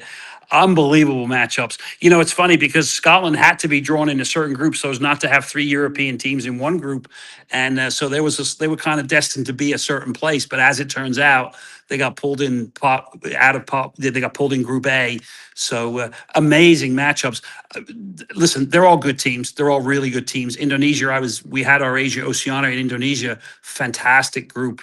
They will not be, no one should underestimate, even though they came out of the final pot. That's because they don't have the rankings that other teams have. Do not underestimate Indonesia. When it comes to the growth of the sport, and I guess this is a 2-part question, what's it been like for you to see the sport grow to where it is now, where you're having an expanded field on the women's side, where you have 12 teams that you can just pretty much put a blanket over or throw them in a tent and it's going to be okay. Whoever can find the side port, is the one that survives. What's it like to see the sport evolve to where you're having 20 teams in a tournament? It's fantastic. Gender equity has been something we've demanded, we've pushed for. Our teams have responded. The women around the world have done an amazing job. FIFA has been fantastic in supporting us. U.S. Soccer has been fantastic in supporting us. We're very fortunate also. We have a sponsor, Capelli Sports, has been amazing. So we have an enormous amount of support. Our team is great. We have Sam Turner, Director of Football in England. We have Kat Hicks in Australia, Director of Marketing, working here with the Director of Media here in the U.S., Rachel Crumbly. We have people, much like our teams are all around the world. My meeting schedule is usually midnight, 4 o'clock in the morning, and then midday to catch everybody around the world. And amazing team. The women are fantastic. Anybody who's not seen CP football being played, come down to Atlanta, October 15th onwards, spend a couple of days with us, hang out, either volunteer or just come watch some of the games. It's going to be really phenomenal. And on the women's side, there's a tremendous rivalry brewing, which is the USA won the inaugural World Cup 4 years ago. Australia won the second World Cup 2 years ago. So they're playing for the I suspect those two will be competing late into the competition. I know the other teams are really good too, but that could be a cracking final. If those two were to make it back to the final, we'll see a very interesting game. And then my follow-up to that is, what's it like to see the game expand the way that it has, where you have now all these multiple continents, and the games and the margins are I imagine they're getting smaller now that you mentioned having Indonesia on the men's side and you have Kenya on the women's side. What's it like to see the game expand and then have the margins get smaller when it comes to those top teams and the newcomers come in? Certainly, that's a really good way to put it. The margins contract, right? So the beauty of our sport is, with only 7 on the field, you 1 or 2 really good players can have a significant influence. Basketball is a 5-team sport, and sometimes having a really great player, that can certainly have an impact. And there's certainly some amazing players around the world. The women's game, we're super excited to have the women's team from Kenya come. Had the good fortune to drop into a couple of their practices on Zoom to take a look at what they're up to. Again, we don't underestimate any of these teams, even though they're new to events for us. There's a lot of pride and a lot of hard work going on around the world in these teams. The Dutch team are at it. The Finnish team, the Finland team, so organized, so well put together. They're going to be a tough ask for everybody as well. All right. So now that you've had the draw I know that it may not necessarily be in that office, and Rachel may have it, in a spreadsheet someplace. What are the next things that need to be done for the International Federation to get as prepared as humanly possible for the World Cup in October? What does the to-do list look like, and where is it? And what do you think the next thing is that you can cross off that to-do list to get ready for October? So we've been at it for a few months. Again, great support from Georgia State Soccer Association, great support from Brian Jack's office. Congressman Jack's office has been helping us with visas. We've ticked off hotels, we've ticked off buses, we've ticked off many of the big items. Broadcasting is something we're still working on, and that's not my next biggest job is going to be broadcasting and making sure that we get the games streamed live all over the world. We typically do a really good job of that, so that's my next big bucket item. But honestly, my team is great. They're really well organized. U.S. Soccer is great. People like yourself supporting us, having it on your broadcast. We can't thank you guys enough for bringing us on. And your preparedness it touches my heart to know that you've taken the time to learn about us and be so conversant about what we do. It means so much to us. Well, when you have someone like Rachel, who we've known for quite some time, and we've gotten to see Jacob, and through the local story of Jacob being a part of things on the national level, it was a natural in for us to start covering the sport. And then you see the successes that are going on. And I mean, shoot, look, we have a morning show, and look, if I can find highlights, I'm running highlights. And so I've run highlights of competitions from South America having to do with CPF and the U.S. side. So no, it has been a natural thing for us here at SDH to continue to talk about all aspects of the game and treat everyone the same. That's the biggest thing, is that just because, the title might be long or it might be different, everyone is the same, and we've treated everyone the same. And this is just another part of the game, and being able to let everybody, we talk about margins closing. Yep. The world's not as big as you think. No. And so to be able to tell these stories and to be able to do this that's attached to CPF, that we're going to be banging on your door. That come October, we're going to be covering it as much as you want. And you can knock on our door and sit there and go, hey, we might need some folks in October to kind of help out with, play-by-play. Those open door.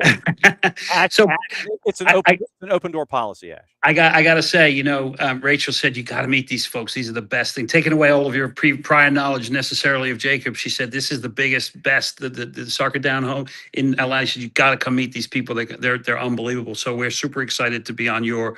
You've got a huge audience down here, and we're super excited to be on your broadcast. And we will certainly will be welcoming you to the facility when we come down here.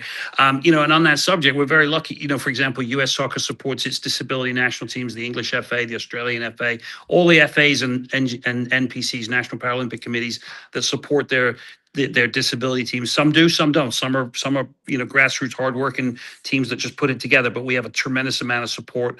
And again, with FIFA coming in to help us this year and all the other organizations, we're going to continue to expand. So we're glad you're a part of that and going to be a part of it and going to be a part of our program here in October.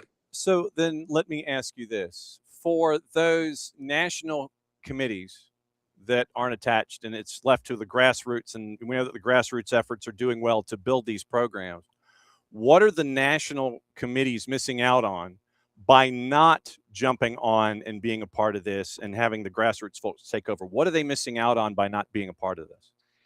Great question. Thank you for asking that question. It's I think it makes a statement about your civilization, if you like, or just your national, who's investing in their disability athletes. And again, countries like the US lead the way in that. England leads the way.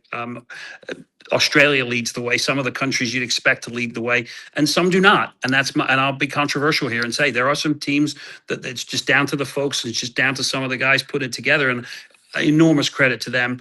And thanks to those that, we shouldn't be jealous of those that do it. We should be thankful to the likes of U.S. Soccer, English FA, and that, like, for the Netherlands and those organizations that really do a tremendous job supporting the disability. I think you're missing out because, number one, it's world-class football. Number two, these athletes deserve it more than anything else, and they work just as hard. Watching the CP guys walk around this place, U.S. Soccer, it's their home just as it is, all the other national teams that were down here for the World Cup. And we hope that some of them jump on board. So the National Paralympic Committees, the FAs around the world, if you're not working with your CP team, it's about time. What he said. Ash Hammond, the CEO of the IFCPF, they had their draw this morning. The men's draw has some rather interesting bedfellows in the group stage with some rivals in other sports, and we're seeing it. It's great to see the women's field going to 8 and the men going to 12, and they're going to be here in middle and late October for the Galactic Championships of when it comes to the International Federation of Cerebral Palsy Football. Ash, I can't thank you enough. Like I said, open door policy, and I know that Rachel's going to keep us posted on everything we need to know between now and October. Great to see you, my friend. Go get some lunch. You've had an already busy day. Thank you so much. We'll catch We up. appreciate you. Be good. Thank you. There goes Ash Hammond, the CEO, and they had their draw, and he has survived his first visit here on the morning show. So they had their draw this morning. So once again, women's side for the championships is expanded to 8. And this is going to be mid-October, October 15th through 26th, 20 national teams, 6 continents. And we're working on Antarctica. So cerebral palsy football, as it is known in the U.S., 7 aside on the men's side, 5 aside on the women's side. And so it is draw was this morning. Women's side, U.S., Japan, Finland, and Kenya in one group. Australia, Netherlands, Ireland, Colombia in the other group. Those 8 are going to be chasing after the World Championship, Men's and Women's World Cup coming up in October. Men's side, USA, Canada, and that won't be competitive. Netherlands and Scotland, that's Group A. Group B, Brazil, Chile. That won't be competitive. Spain and Australia. Group C, England and Ireland. This is USA and Canada and England and Ireland. That's going to be, you've got that in Group C with Japan and Indonesia. So you're getting an expansion of cerebral palsy football. World Cup is coming to the U.S. It is coming to the National Training Center October 15th through the 25th. They had their draw this morning on their YouTube channel. And so obviously, as we get closer and closer to seeing what's going on there, we're going to keep an eye on all that.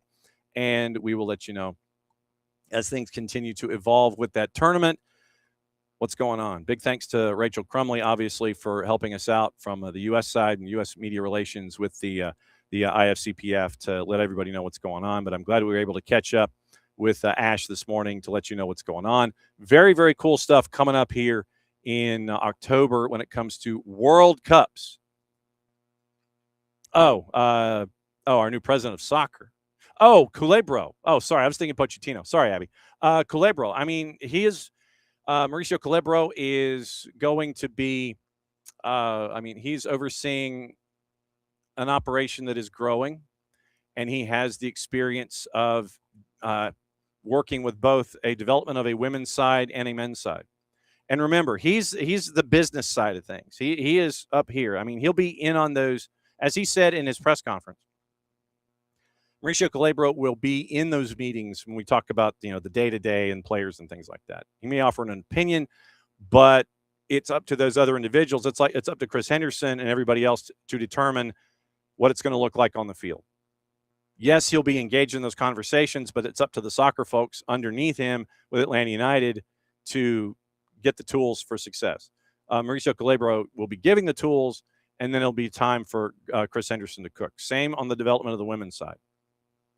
He'll be in on those conversations, but the individuals that will be working specifically on soccer and personnel and all that will be underneath that discussion. So he's going to be overseeing everything from a business perspective, making sure that both of those businesses are doing as best they can across the board. But when it comes to the soccer decisions, he might be in a meeting, but he will not be the end of the discussion of saying, well, we want to bring in so-and-so. He might be a voice in the meeting, but from all indications, he's not going to be the voice to determine who does what. That'll be left to the soccer folks. He's the business guy on top.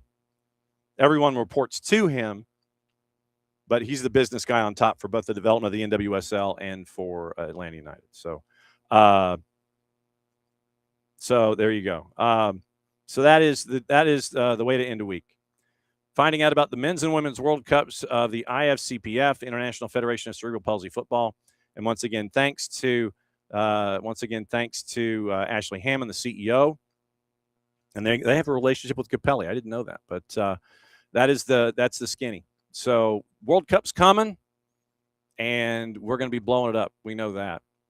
2026 IFCPF Men's and Women's World Cups coming to the Arthur M. Blank U.S. Soccer National Training Center, and that is going to be laid out for you as we go. But obviously, as things continue to grow, we'll be talking about it more as we get closer and closer, because think about it. That's 3 months away. You're like 90 days out, and you have a World Cup coming to Fayetteville in the form of the IFCPF. So very, very cool stuff there. Trying to see if there's anything that I might have missed when it comes to gossip, rumor, innuendo, and news or anything like that. Once again, remember, it is going to be a very, very busy weekend. Very, very busy weekend. According to The Guardian, more than 200 countries have endorsed Gianni Infantino for a fourth term.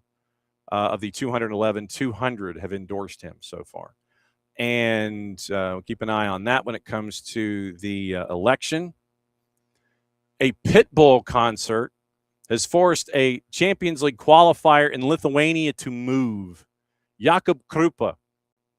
FK Kauno Žalgiris was renting out the stadium for the gig. They take on KI of the Faroe Islands in a two-leg tie. And so they're probably going to have to play the qualifier later this month away from home after renting out their stadium to Pitbull.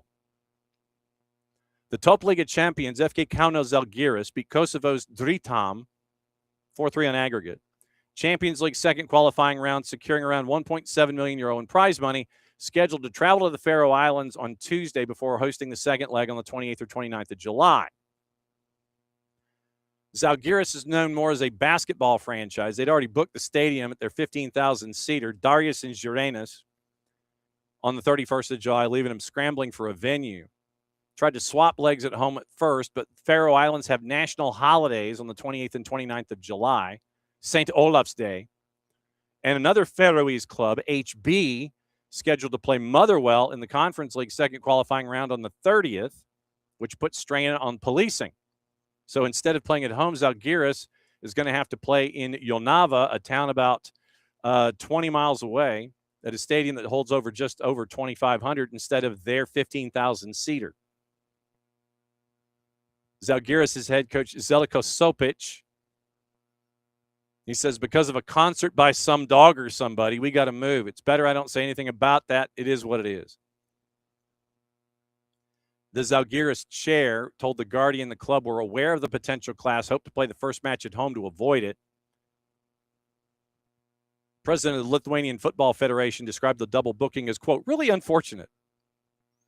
Adding, Jonava Stadium is nice and tidy as well, but it is still a big difference. Pitbull back in Kaunas, Lithuania's second largest city, as part of his European I'm Back tour. Fresh off beating the Guinness World Record for the largest gathering of people wearing bald caps at his London show last week. So maybe there is hope for our friends out of the Faroe Islands. Maybe there's hope. Maybe. Just saying. NWSL tonight and over the weekend, and then we will bid you adieu for the day. Where's my juice boxes? I think I disposed of them. So let me see. Remember, Lindsay Heaps is being unveiled by Denver Summit. Very, very busy weekend for the league in and of itself. Tonight, 8 o'clock, Kansas City, favored at home at a -105 against San Diego Wave, who's a +250. Tomorrow, noon 4, 6, noon 2, 4, 6:30, and 8. Gotham, heavy favorite at home, -222 to Seattle. Portland, favored on the road at a +140 to Denver. 2 o'clock. Bay, an underdog at home to North Carolina Courage at a +104. 6:30, Angel City, big favorite on the road at Chicago at a -200. Chicago Stars a +425.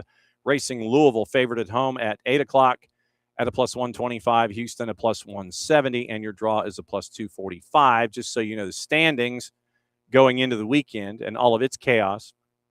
San Diego at 28 points.